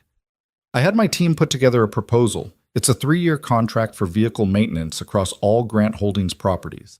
Routine service, repairs, emergency call-outs. Your shop would handle everything, bill us monthly, get paid net 30. The estimated annual revenue would be around $200,000, split between parts and labor." Jack nearly choked on his water. "200,000? That's a conservative estimate. Could be more depending on fleet size and usage." Olivia slid the folder across the table. "Before you say no, at least look at it. This is a legitimate business proposal. I had my lawyers draw up a standard contract with fair terms. If Rodriguez thinks it's a bad deal, walk away. But if it's good business, don't refuse it just because you're stubborn about accepting help." Jack opened the folder, scanning the documents inside. Contract terms, fleet specifications, payment schedules. It all looked professional, legitimate, exactly like Olivia said. This wasn't charity disguised as business. This was actual business that happened to benefit him. "Why are you doing this?" Jack asked quietly. "Because I can. Because you deserve it. Because the world is full of people who take and take. And I'm tired of that. I want to support someone who actually deserves support." Olivia's voice was intense, passionate. "You saved my daughter's life, Jack. You asked for nothing in return. Let me give you something anyway. Let me make your life a little easier. Is that so terrible?" When she put it that way, it was hard to argue. Their food arrived. They ate in silence for a few minutes, Jack thinking about the contract, about what $200,000 in annual revenue would mean for Rodriguez's shop. More staff, better equipment, security for everyone who worked there, and for Jack personally, better pay, more stability, maybe even enough money saved to move Evan out of that shabby apartment into somewhere nicer. "I need to talk to Rodriguez," Jack said finally. "This affects him more than it affects me. But if he thinks it's good business, then, yeah, I'll accept." Olivia's face lit up. "Really?" "Really. But I have one condition." "Name it." "This stays professional. Standard contract, fair pricing, no special treatment. If Rodriguez's work isn't up to your standards, you terminate the contract. No guilt, no obligation. I don't want this to be some indefinite charity that we both feel weird about forever." "Deal." Olivia extended her hand across the table. "Welcome to the Grant Holdings vendor network, Mr. Miller." Jack shook her hand, and something electric passed between them, something that had nothing to do with business contracts and everything to do with the way Olivia's eyes caught the light. The way her smile made him feel seen in a way he hadn't felt since Sarah died. He pulled his hand back quickly, uncomfortable with where his thoughts were going. They finished lunch talking about logistics, when Rodriguez should expect the formal proposal, who would be his point of contact at Grant Holdings, how billing would work. It was all very professional, very businesslike. But underneath the professional conversation, Jack could feel something else building, an awareness, a connection that went beyond gratitude and rescue and business deals. Olivia felt it too. Jack could tell by the way she fidgeted with her napkin, the way she avoided direct eye contact sometimes, the way her laugh came a little too quickly when he said something even mildly funny. They were both dancing around something neither of them wanted to name. After lunch, they stood outside Carlo's in the afternoon sunshine, the city buzzing around them with traffic and pedestrians and the general chaos of downtown. "Thank you," Jack said. "For the contract, for breakfast this morning, for everything. You didn't have to do any of it." "I wanted to." Olivia hesitated, then said, "Jack, can I ask you something personal?" "Sure." "When you lost your wife, how long did it take before you felt like yourself again?" The question caught Jack off guard. He'd expected more business talk, maybe plans for the kids to get together again. Not this. "I'm not sure I do feel like myself again," Jack admitted. "I feel like a different version of me. Someone who's just going through the motions, trying to be a good dad, trying to keep things together. But the person I was before Sarah died? I don't think he exists anymore." Olivia nodded slowly. "I understand that. After David died, I threw myself into work. Convinced myself that if I just worked hard enough, built the company big enough, made enough money, I could, I don't know, prove that his death wasn't the end of everything, that I could still be successful without him." She laughed bitterly. "Turns out you can be incredibly successful and still feel empty." "Is that how you feel? Empty?" "I felt that way. Until 3 days ago when I thought I was going to lose Lily. When I got that call from the school and drove to the hospital not knowing if my daughter was alive or dead." Olivia's voice cracked slightly. "And then I found out some stranger had risked everything to save her. And I realized I'd been focusing on all the wrong things. The company, the money, the success. None of it matters compared to the people you love." Jack understood that on a fundamental level. He'd learned the same lesson when Sarah died, when everything he thought was important suddenly wasn't. "So what are you going to do different?" Jack asked. "I'm going to be present, really present, with Lily, with my family, with the people who matter. I'm going to stop letting work consume me, and I'm going to—" She trailed off, then met his eyes directly. "I'm going to be honest about what I want." "What do you want?" "I don't know yet, but I think I'm starting to figure it out." There was a charged moment where they just looked at each other, the busy street fading into background noise. Jack felt something shift between them, some acknowledgement of possibility, of potential, of two people who might be ready to stop just surviving and start living again. Then Olivia's phone rang, shattering the moment. She glanced at the screen and sighed. "I have to take this, board meeting crisis. But Jack?" She touched his arm lightly. "Thank you. For lunch, for listening, for being you." "Any time." Jack watched her walk away, phone pressed to her ear, already shifting back into CEO mode. Then he headed to his truck and drove back to Rodriguez's shop, his mind spinning with contracts and possibilities, and the way Olivia's hand had felt on his arm. Rodriguez was thrilled about the Grant Holdings contract. They spent the rest of Jack's shift going over the numbers, discussing what equipment they'd need to upgrade, whether they should hire another mechanic to handle the increased workload. It was exciting and terrifying in equal measure. Growth meant opportunity, but it also meant risk. "This is good, Jack," Rodriguez said as they closed up the shop that evening. "Real good. You did something right saving that little girl." "It wasn't about doing something right. It was about not letting her die." "Yeah, but good things came from it anyway. Sometimes the universe rewards people who deserve it." Jack wasn't sure he believed in cosmic justice, but he couldn't deny that his life had taken some dramatic turns in the past few days. The question was whether those turns would lead somewhere good or somewhere complicated. He picked up Evan from the after-school program right at 8:30, and his son climbed into the truck looking tired. "Long day, buddy?" "Yeah, Mrs. Patterson made us do math worksheets for like an hour. I hate fractions." "Fractions are important. You'll need them when you're older." "That's what everyone says, but I still don't get why." They stopped at a drive-thru for dinner. Jack was too tired to cook, and ate burgers in the truck while parked outside their apartment building. Through the windshield, they could see the news crews were finally gone. The fire story was getting old, replaced by newer tragedies and scandals. "Dad?" Evan said through a mouthful of fries. "Can I ask you something?" "Sure." "Do you like Miss Olivia?" Jack nearly choked on his burger. "What kind of question is that?" "I don't know. You just seem different when you're around her. Like, happier, I guess." "I'm happy around you too." "That's different. You're my dad. You have to be happy around me. But with Miss Olivia, it's like..." Evan struggled to find the words. "It's like how you used to be with Mom, in the old pictures." Jack set down his burger, his appetite suddenly gone. He'd thought he was being careful, maintaining appropriate boundaries, keeping his confusing feelings about Olivia separate from his role as Evan's father. Apparently, he hadn't been as successful as he thought. "Miss Olivia is a nice person who I'm helping with some business stuff," Jack said carefully. "That's all." "But what if it was more than that? Would that be okay?" "Why are you asking me this, Evan?" "Because Lily said her mom has been really happy the last couple days. Happier than she's been since Lily's dad died. And I thought maybe..." Evan looked at his dad with those two wise 8-year-old eyes. "Maybe it would be nice if you were happy like that too." Jack's throat tightened.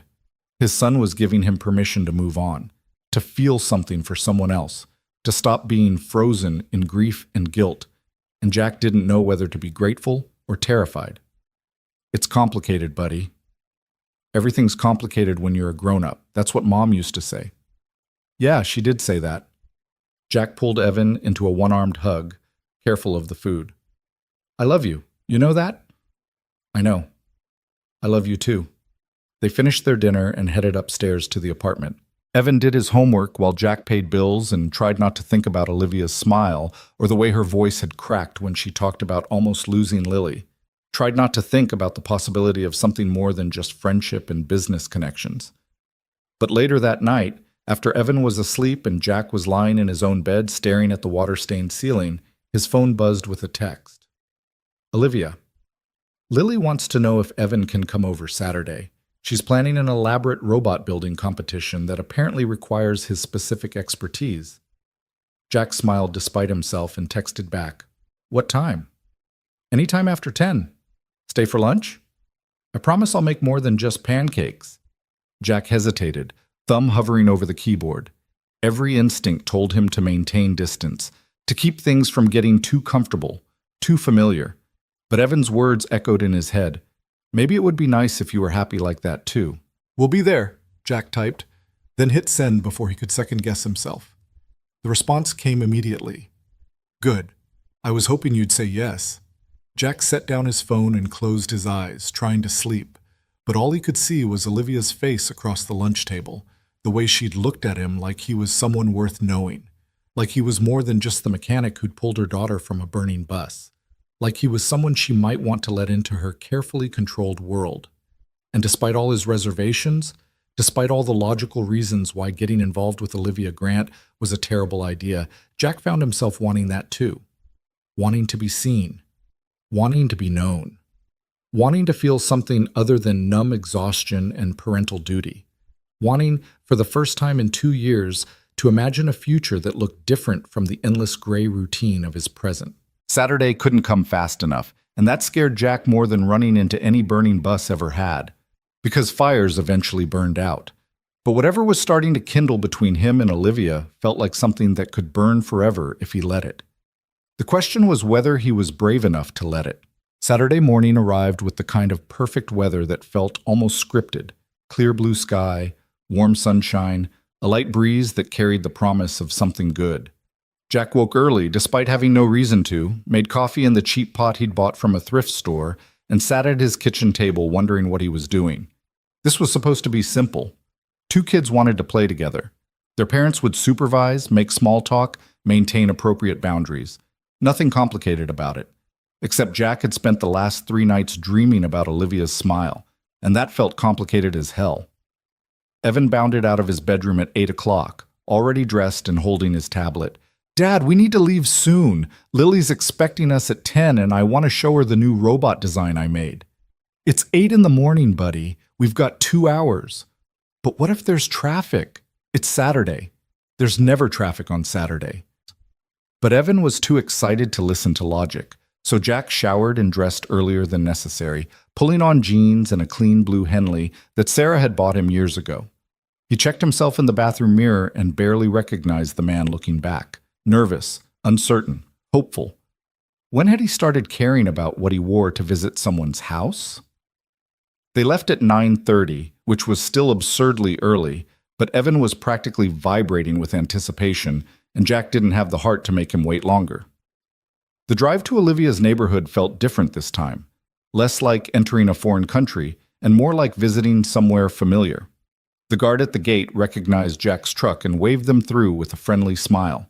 The mansion looked less intimidating in daylight. Still massive, still clearly expensive, but somehow more welcoming. The gardens were in full bloom, flowers Jack couldn't name adding splashes of color to the perfectly manicured lawn. A golden retriever, Biscuit, Jack remembered, was running around the side yard chasing a tennis ball. Jack parked, and Evan was out of the truck before the engine stopped, racing toward the front door. Jack followed at a more measured pace, carrying a bakery box with cookies he'd picked up on the way. It seemed wrong to show up empty-handed, even if Olivia probably had more food in her house than Jack had eaten in his entire life. The door opened before they reached it. Lily stood there in overalls covered in paint stains, her hair in messy pigtails, grinning like Christmas morning. "Evan, you're here! Come on, I set up everything in the playroom!" The two kids disappeared into the house, leaving Jack standing on the doorstep alone. Then Olivia appeared, and Jack's heart did something stupid in his chest. She was wearing jeans and a simple white t-shirt, her hair loose around her shoulders, no makeup that Jack could see. She looked younger like this, softer, more approachable, less like a CEO and more like just Olivia. "Hi," she said, and there was something shy in her smile that Jack had never seen before. "Hi. I brought cookies. Store-bought, not homemade, but—" Jack held out the box awkwardly. "You didn't have to bring anything." Olivia took the box anyway, her fingers brushing his for just a moment. "But thank you. Come in. Coffee's ready if you want some." Jack followed her inside, through the familiar marble foyer and into a kitchen that smelled like fresh bread and cinnamon. Classical music played softly from speakers built into the walls. Through the windows, Jack could see the backyard pool sparkling in the sunshine. "The kids are going to be occupied for hours," Olivia said, pouring 2 mugs of coffee. "Lily's been planning this robot competition all week. She made blueprints. Evan's been designing too. I think they're more excited about building together than competing. That's probably healthier anyway." Olivia handed him a mug, real ceramic, not the chipped ones Jack used at home, and leaned against the counter. "How have you been? I feel like we've barely talked since lunch on Tuesday." "Good. Busy. Rodriguez and I have been going over the contract details, planning for the expansion. It's a lot." "Good lot or bad lot?" "Good, I think. Scary, but good." Jack sipped his coffee, which was of course excellent. "How's Lily doing? Really?" "Better than I expected. She's had a few nightmares, but mostly she seems okay. Resilient, like you said." Olivia's expression softened. "She talks about you constantly. Mr. Jack this and Mr. Jack that. You've become her hero." "I'm nobody's hero." "Yes, you are. You just don't want to admit it." Olivia set down her coffee and looked at him directly. "Jack, can I ask you something?" "Sure. Why are you so uncomfortable with people recognizing what you did?" Jack was quiet for a moment, trying to find words for something he'd never really articulated before. "Because being a hero means you saved everyone. And I couldn't save Sarah. I was there, I tried, I did everything I was trained to do, and it wasn't enough. So when people call me a hero for saving Lily, it feels like a lie. Like I'm taking credit for something when I failed the person who mattered most." Olivia's eyes filled with tears, but she blinked them back. "Jack, you can't save everyone. That's not how life works. Sometimes terrible things happen and there's nothing anyone can do. That doesn't negate all the people you have saved." "Logically, I know that, but logic and feeling are different things. I understand that better than you might think." Olivia moved closer, and Jack could smell her perfume, something subtle and expensive. "When David was dying, I threw money at every specialist, every experimental treatment, every possibility. I convinced myself that if I just tried hard enough, spent enough, refused to accept it, he'd somehow survive. And when he died anyway, I felt like I'd failed. Like all my power and resources meant nothing because I couldn't save the one person I loved. How did you get past that? I'm not sure I have. I just learned to carry it differently. Olivia's voice was soft, vulnerable in a way Jack hadn't heard before. And then I almost lost Lily, and all those feelings came rushing back. The powerlessness, the terror, the certainty that nothing I did mattered, except this time someone else did what I couldn't. You saved her when I would have been helpless. Olivia, no, let me finish. I need you to understand something. She took a breath. Meeting you, getting to know you these past few days, it's reminded me that money and power don't actually solve the problems that matter. Connection does. Kindness does. Showing up does. You showed up for my daughter when she needed you most, expecting nothing in return. That's not just heroic, Jack. That's extraordinary. Jack didn't know what to say. He wanted to deflect, to minimize, to do what he always did when confronted with sincere emotion. But something about the way Olivia was looking at him, open, honest, hopeful, made him want to be honest too. You scare me, Jack said quietly. Olivia blinked. I scare you? Not in a bad way. In a this could change everything way. In a I've spent 2 years keeping myself numb and safe and you're making me feel things I'm not sure I'm ready to feel way. Oh, Olivia's voice was barely a whisper. Jack, I'm scared too. Of what? Of wanting something I'm not sure I deserve. Of letting someone into my life who might actually see past all the armor. Of trusting again after losing someone I loved. She smiled shakily. Of falling for a mechanic from the east side who makes me feel more alive than I have in years. The words hung between them, impossible to take back, changing everything. Jack set down his coffee mug carefully, his hands not quite steady. Olivia, we barely know each other. This is fast, too fast. I know. And we're from completely different worlds. What I make in a year, you probably spend on shoes. I don't actually spend that much on shoes, but point taken. I have a son who comes first, always. I won't do anything that might hurt him. I would never ask you to. Lily comes first for me too. Olivia stepped closer, close enough that Jack could see the flecks of gold in her brown eyes. But Jack, maybe our kids aren't the only ones who deserve to be happy. Maybe we deserve that too. I don't know how to do this, Jack admitted. Dating a woman like you, being in your world, I'll screw it up. I don't know how to do this either.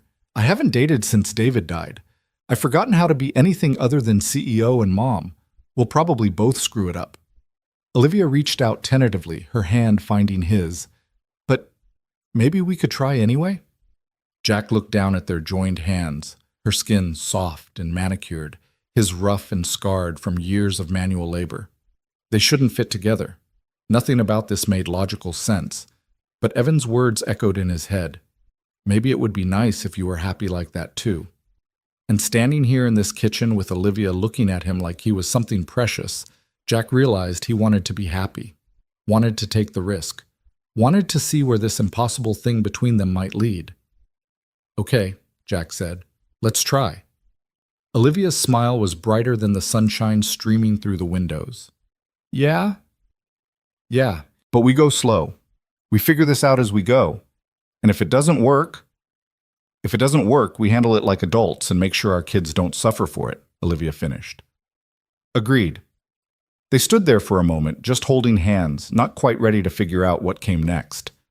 Then Lily's voice echoed through the house. Mom, we need more tape, and Evan says we need aluminum foil. Olivia laughed, the tension breaking. I should probably supervise before they destroy the playroom. Probably a good idea. But neither of them moved. Finally, Olivia squeezed Jack's hand and let go, stepping back with visible reluctance. Come on, let's go see what kind of robots our children are building. The playroom was chaos, a wonderful creative chaos that made Jack smile. Evan and Lily had spread supplies across every surface: cardboard boxes, tape, markers, aluminum foil, paper towel tubes, googly eyes, and about 1,000 other craft items. They were building side by side, collaborating more than competing, arguing cheerfully about whether robots needed antenna or if that was just a movie thing. Dad, look at this. Evan held up something that might have been a robot or might have been abstract art. It's got rotating arms and everything. That's impressive, buddy. Mr. Jack, can you help us with the legs? They keep falling off, Lily asked, holding up a cardboard creation that was indeed missing structural integrity in the lower extremities. Jack spent the next hour on the floor with the kids, using his mechanical knowledge to help them engineer more stable robots. Olivia joined them, contributing artistic elements and enthusiastically praising even the wonkiest creations. It felt domestic and normal and perfect in a way Jack hadn't experienced since Sarah died. This is what happiness feels like, Jack thought, watching Evan laugh at something Lily said. He'd forgotten. 2 years of just surviving, just getting through each day, and he'd forgotten what it felt like to actually enjoy being alive. They broke for lunch around 1, pizza that Olivia ordered from a place that definitely didn't deliver to Jack's neighborhood, expensive and gourmet with toppings like prosciutto and arugula. The kids ate in the playroom, too engrossed in their robot construction to care about proper meal etiquette. Jack and Olivia ate at the kitchen island, stealing glances at each other between bites, both of them hyper-aware of the shift that had happened between them. So what happens now? Jack asked. With us, I mean. I don't know. What do normal people do when they're starting to date? I think they go on dates. Movies, dinner, that kind of thing. That sounds nice, Olivia smiled. Although finding a babysitter might be complicated. Lily's regular sitter is her grandmother, and if I tell my mother I'm going on a date, she'll have us married off by Christmas. Evan usually stays with my neighbor Mrs. Chen when I work late. She's like 80, but she loves him, though I'd have the same problem with the gossip. Maybe we could do something with the kids? Make it a family thing until we figure out how serious this is? Jack considered that. It made sense. Let the kids get more comfortable with each other, see how everyone got along, avoid the pressure of formal dates. But it also felt backwards, domestic, before they'd even kissed. As if reading his mind, Olivia said, or we could be slightly unconventional about this. How unconventional? Well, the kids are occupied. They'll be building robots for another 2 hours at least. There's a very nice patio out back, completely private, with a view of the garden. Olivia's voice was light, but her eyes were serious. We could sit out there, talk, get to know each other better, just the two of us. That sounds suspiciously like a date. Does it? I hadn't noticed. Olivia stood, extending her hand. Come on, Jack Miller, let me show you my garden. The patio was as beautiful as everything else about Olivia's property. Comfortable furniture, flowering plants, and artistic arrangements, the pool shimmering nearby. They sat on a cushioned love seat overlooking the roses, and Olivia tucked her feet under her in a way that made her seem younger, less guarded. Tell me about Sarah, Olivia said, if you're comfortable talking about her. Jack was surprised by the question. Most people avoided mentioning his dead wife, like saying her name might break him. What do you want to know? Whatever you want to tell me. What she was like, how you met, what made you fall in love with her. So Jack told her. About meeting Sarah in college, both of them broke students working night shifts at the same diner. About her laugh, which was too loud and slightly snorty and absolutely perfect. About how she'd supported his decision to join the volunteer fire department, even though it scared her. About the way she'd danced in the kitchen while cooking dinner, how she'd read bedtime stories to Evan with different voices for every character, how she'd believed Jack could do anything he set his mind to. She sounds wonderful, Olivia said softly. She was. Losing her broke something in me that I don't think will ever fully heal. I understand that. David was my best friend before he was my husband. We met when we were 16, got married at 22, built a life together. When he died, it felt like losing half of myself. Olivia's voice was distant, remembering. Everyone expected me to fall apart. The board of directors at Grant Holdings started circling, thinking I'd step down, that a grieving widow couldn't run a company. That made me angry enough to keep going. I'd show them I could do it alone. But doing it alone isn't the same as being happy. No, it's not. Olivia looked at Jack. I convinced myself that work was enough, that being successful and powerful and wealthy meant I was okay, But I was just existing, going through motions, the same way you've been doing, I think. Probably.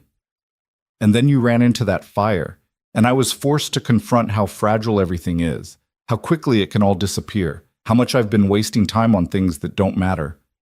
Olivia shifted closer, her knee touching his. I don't want to waste time anymore, Jack. What do you want instead? I want to feel something. I want to take risks. I want to see where this thing between us might go, even if it's terrifying. She reached out, her hand cupping his cheek. I want to kiss you. And see if it feels as right as I think it will. Jack's breath caught. Olivia, you can say no. If this is too fast, if you're not ready, just say so. I won't push. But Jack didn't want to say no. He wanted exactly what Olivia wanted. To feel something, to take a risk, to stop being frozen in grief and guilt. He leaned in slowly, giving her time to change her mind.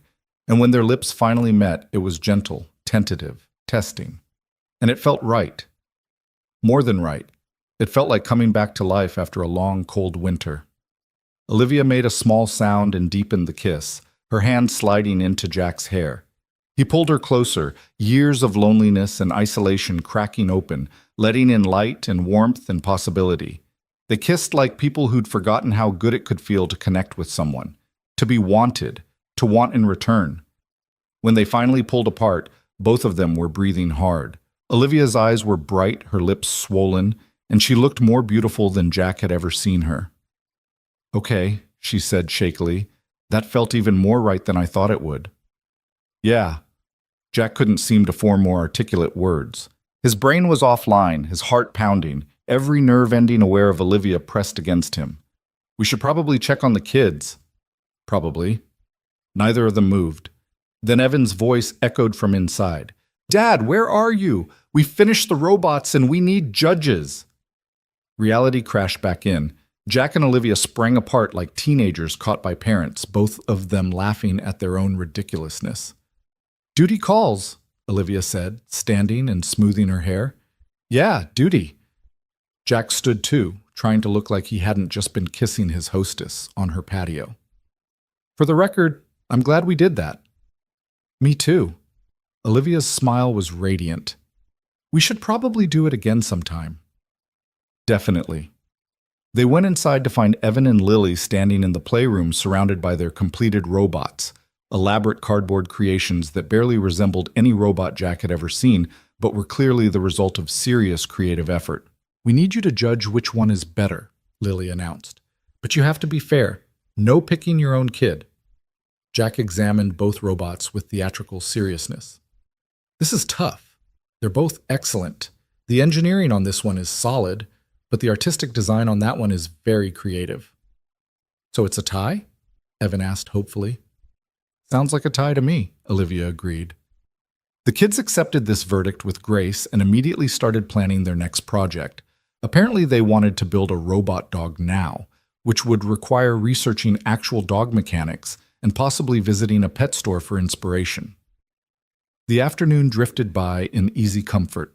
They let the kids play in the pool, Olivia lending Evan swim trunks that had belonged to Lily's cousin, while the adults sat on the patio talking about their childhoods, their hopes for their kids, their fears about the future.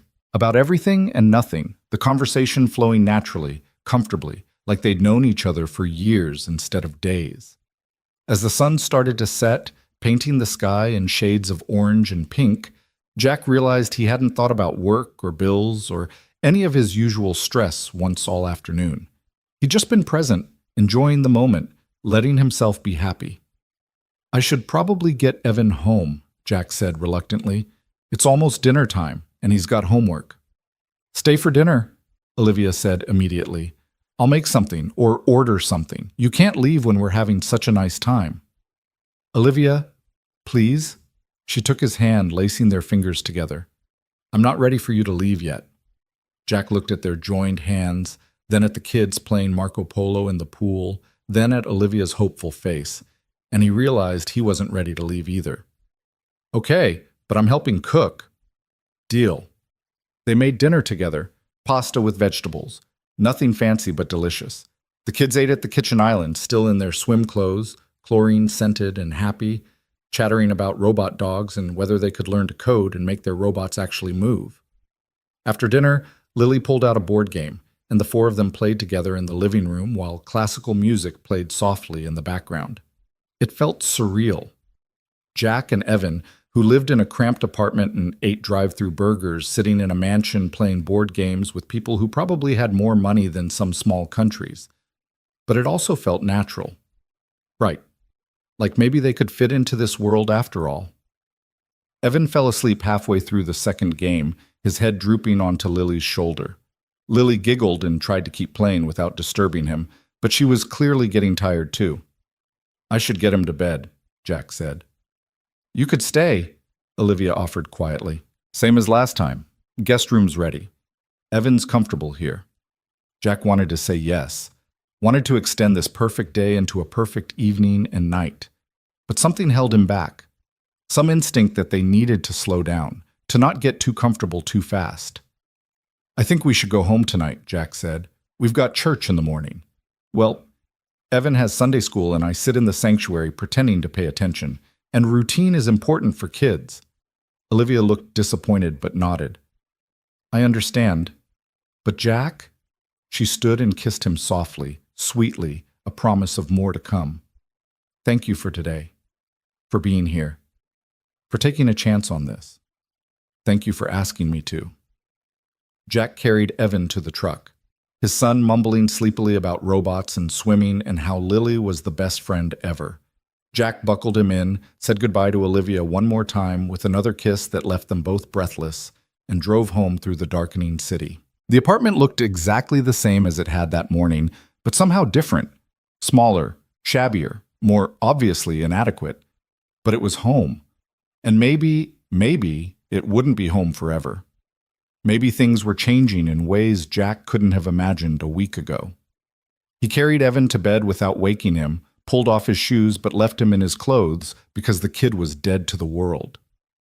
Then Jack stood in his son's doorway for a long moment, watching him sleep, thinking about how much their lives had changed in just a few days. His phone buzzed, a text from Olivia. "Lily made me promise to tell you that today was the best day ever. I think I agree with her. Sweet dreams, Jack." Jack smiled and texted back. Evan said the same thing. "Today was pretty perfect. Good night, Olivia." He should have gone to bed then, should have gotten the sleep he desperately needed before another work week started. But instead, Jack sat at his kitchen table with a beer he didn't really want and Olivia's business card in his hand, the one she'd given him at the hospital a lifetime ago. Except it hadn't been a lifetime. It had been less than a week since the fire, a week since everything changed. Jack thought about Sarah, about whether she'd approve of this. She'd always wanted him to be happy, had made him promise before she died that he'd find someone else eventually, that he wouldn't spend his life alone. At the time, Jack had agreed just to comfort her, never believing he'd actually want anyone else. But he wanted Olivia, wanted her smile, her kindness, her unexpected vulnerability, wanted the way she made him feel seen and valued, wanted the possibility of building something new with someone who understood loss and survival and the fierce determination to protect your child at all costs. "I think you'd like her," Jack whispered to the empty apartment, to Sarah's memory, to the universe at large. "She's strong and smart, and she makes really good pancakes. And I think maybe I could be happy with her, if you're okay with that." The apartment didn't answer, of course, but Jack felt lighter somehow, like he'd received permission he hadn't realized he was waiting for. He finished his beer, threw the bottle in the recycling, and headed to bed. Tomorrow would bring new challenges, work, bills, the everyday struggle of single parenthood. But it would also bring text messages from Olivia, plans for the kids to get together again, and the knowledge that he wasn't alone anymore, that he had someone in his corner, someone who saw past the grease-stained mechanic to the man underneath, someone who might, possibly, be falling for him as hard as he was falling for her. Jack fell asleep that night with a smile on his face, his dreams filled not with fire and smoke, but with gardens and laughter and the taste of Olivia's kiss. The next few weeks passed in a blur of stolen moments and careful coordination. Jack and Olivia saw each other when they could, coffee before work, lunch breaks that ran too long, evenings when the kids had play dates. They were cautious about labeling what they had, about making it official, both of them aware that they were building something that could either become foundation strong or collapse under its own weight. But it felt good. Better than good. It felt right in a way Jack hadn't experienced since Sarah. Olivia challenged him, made him laugh, listened when he talked about his fears and doubts about being a good father. And Jack grounded her, reminded her that life existed outside boardrooms and profit margins, made her slow down and appreciate the small moments. The Grant Holdings contract officially started, bringing Rodriguez's shop more work than they could handle. Jack hired 2 new mechanics and bought the equipment they needed. His paychecks got larger. The bills got easier to pay. He started looking at apartment listings in better neighborhoods, thinking about giving Evan a room that wasn't next to people who fought at 2 a.m. Evan and Lily became inseparable. They had playdates 3 times a week, video chatted on their tablets every night, and started creating elaborate stories about robot adventures that they'd write and illustrate together. Watching their friendship blossom made both Jack and Olivia realize how lonely their kids had been, how much they'd both needed this. One evening, 6 weeks after the fire, Olivia invited Jack to a charity gala her company was hosting. It was a big deal. Black tie, major donors, the kind of event where decisions got made and deals got closed over champagne and small talk. "I know it's not your scene," Olivia said as they sat on her patio watching the kids play in the yard, "but I'd really like you there. As my date. Official and public." Jack was quiet for a moment. Going public meant questions, attention, photographers. It meant the entire city knowing that the mechanic who'd saved Olivia Grant's daughter was now dating Olivia Grant. The gossip would be intense. "What about the kids?" Jack asked. "If we go public at some fancy gala, everyone will know, and kids at school talk. I don't want Evan dealing with bullies because his dad is dating someone rich and famous." "I've thought about that. We could talk to them first, make sure they're comfortable with it. Lily already knows we've been spending time together. I think she's figured out that we're more than friends. Evan, too. He asked me last week if you were my girlfriend. I didn't know what to say." "What did you say?" "I said I liked you a lot, and we were seeing where things went." He said that was grown-up speak for yes. Olivia laughed. "He's not wrong." She took Jack's hand. "So, will you come to the gala? Be my official date? Let me show the world that I'm with someone extraordinary?" Jack looked at their joined hands, at the easy way they fit together now. 6 weeks ago, he'd been terrified of this. Now? Now he was just ready. "Okay, I'll come to your gala, but you're helping me figure out what black tie means because I don't own a tux." "Deal. And Jack?" Olivia leaned in and kissed him softly. "Thank you for taking this risk with me, for being brave enough to try. You make it easy." The gala was everything Jack expected. Elegant, overwhelming, full of people who moved in circles he'd never dreamed of entering. But Olivia stayed by his side all night, introducing him to donors and board members, her hand in his making it clear they were together. And the way she looked at him, with pride and affection and something deeper that neither of them had said out loud yet, made all the discomfort worth it. They danced to music played by a live orchestra, and Jack was grateful for the dance lessons Sarah had insisted on when they got married. He wasn't smooth, but he could manage a basic waltz without stepping on Olivia's feet. "You're full of surprises," Olivia murmured as they swayed together. "I didn't know mechanics could dance. There's a lot you don't know about me yet. I'm looking forward to finding out." Later, after the gala ended and they'd said goodbye to the last donors, Olivia drove Jack home. Not to her mansion, to his apartment on the east side, the place he'd been embarrassed for her to see but couldn't hide from anymore. She parked on the street and looked up at the shabby building. "This is where you live?" "Yeah, I know it's not much compared to—" "It's perfect," Olivia interrupted, "because it's yours. And someday when Evan's old enough to understand, he'll appreciate that his father worked hard and provided for him with integrity and love. That matters more than square footage." Jack kissed her then, right there in his truck parked outside his apartment building, pouring everything he felt into it, gratitude and hope, and the beginnings of something that felt a lot like love. "Come upstairs," Jack said when they broke apart. "Meet Mrs. Chen, see where we actually live. If we're doing this for real, you should know all of it." "I'd like that." So Olivia came upstairs, met Mrs. Chen, who was babysitting Evan, and saw Jack's cramped apartment with its thrift store furniture and water-stained ceiling. And she didn't flinch, didn't judge, just looked around with interest and asked questions about the photos on the walls, the drawings Evan had taped to the fridge, the life Jack had built in this small space. "It's a good home," Olivia said finally. "You should be proud of what you've created here. I'm working on better. The new job means I can afford more now. There's no rush, but when you're ready to move, let me know. I know some good neighborhoods, good schools. I can help." They said goodnight with another kiss, and Jack watched her drive away in her expensive car, back to her mansion and her world of wealth and privilege, a world that had somehow opened up to include him. Inside, Mrs. Chen was smiling knowingly. "She's a good woman, that one. Good for you." "You think so?" "I know so. I've lived 82 years, Jack Miller.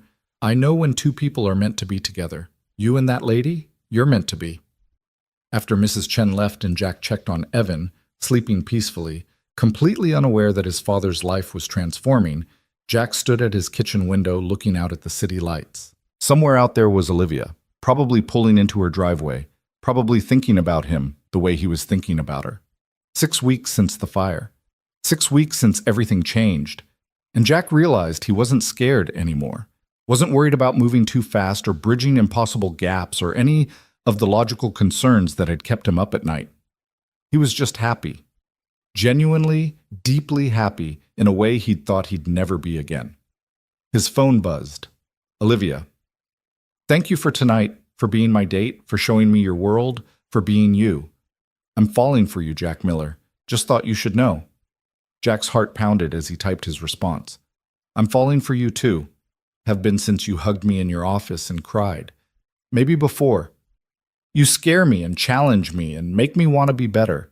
I think I might love you, Olivia Grant. Just thought you should know." The response came almost immediately. "I think I might love you too. Let's figure out what that means together." Jack set down his phone and smiled at the city lights, at the future spreading out before him like a map to somewhere beautiful. He thought about Lily and Evan, about the family they were all building together, about Olivia's strength and vulnerability, about second chances and the courage it took to grab them with both hands. Somewhere in the distance, sirens wailed, fire trucks heading toward some emergency, some crisis that required heroes. Jack sent up a silent prayer for whoever was fighting that fire, for the people they'd save, for the lives that would be changed.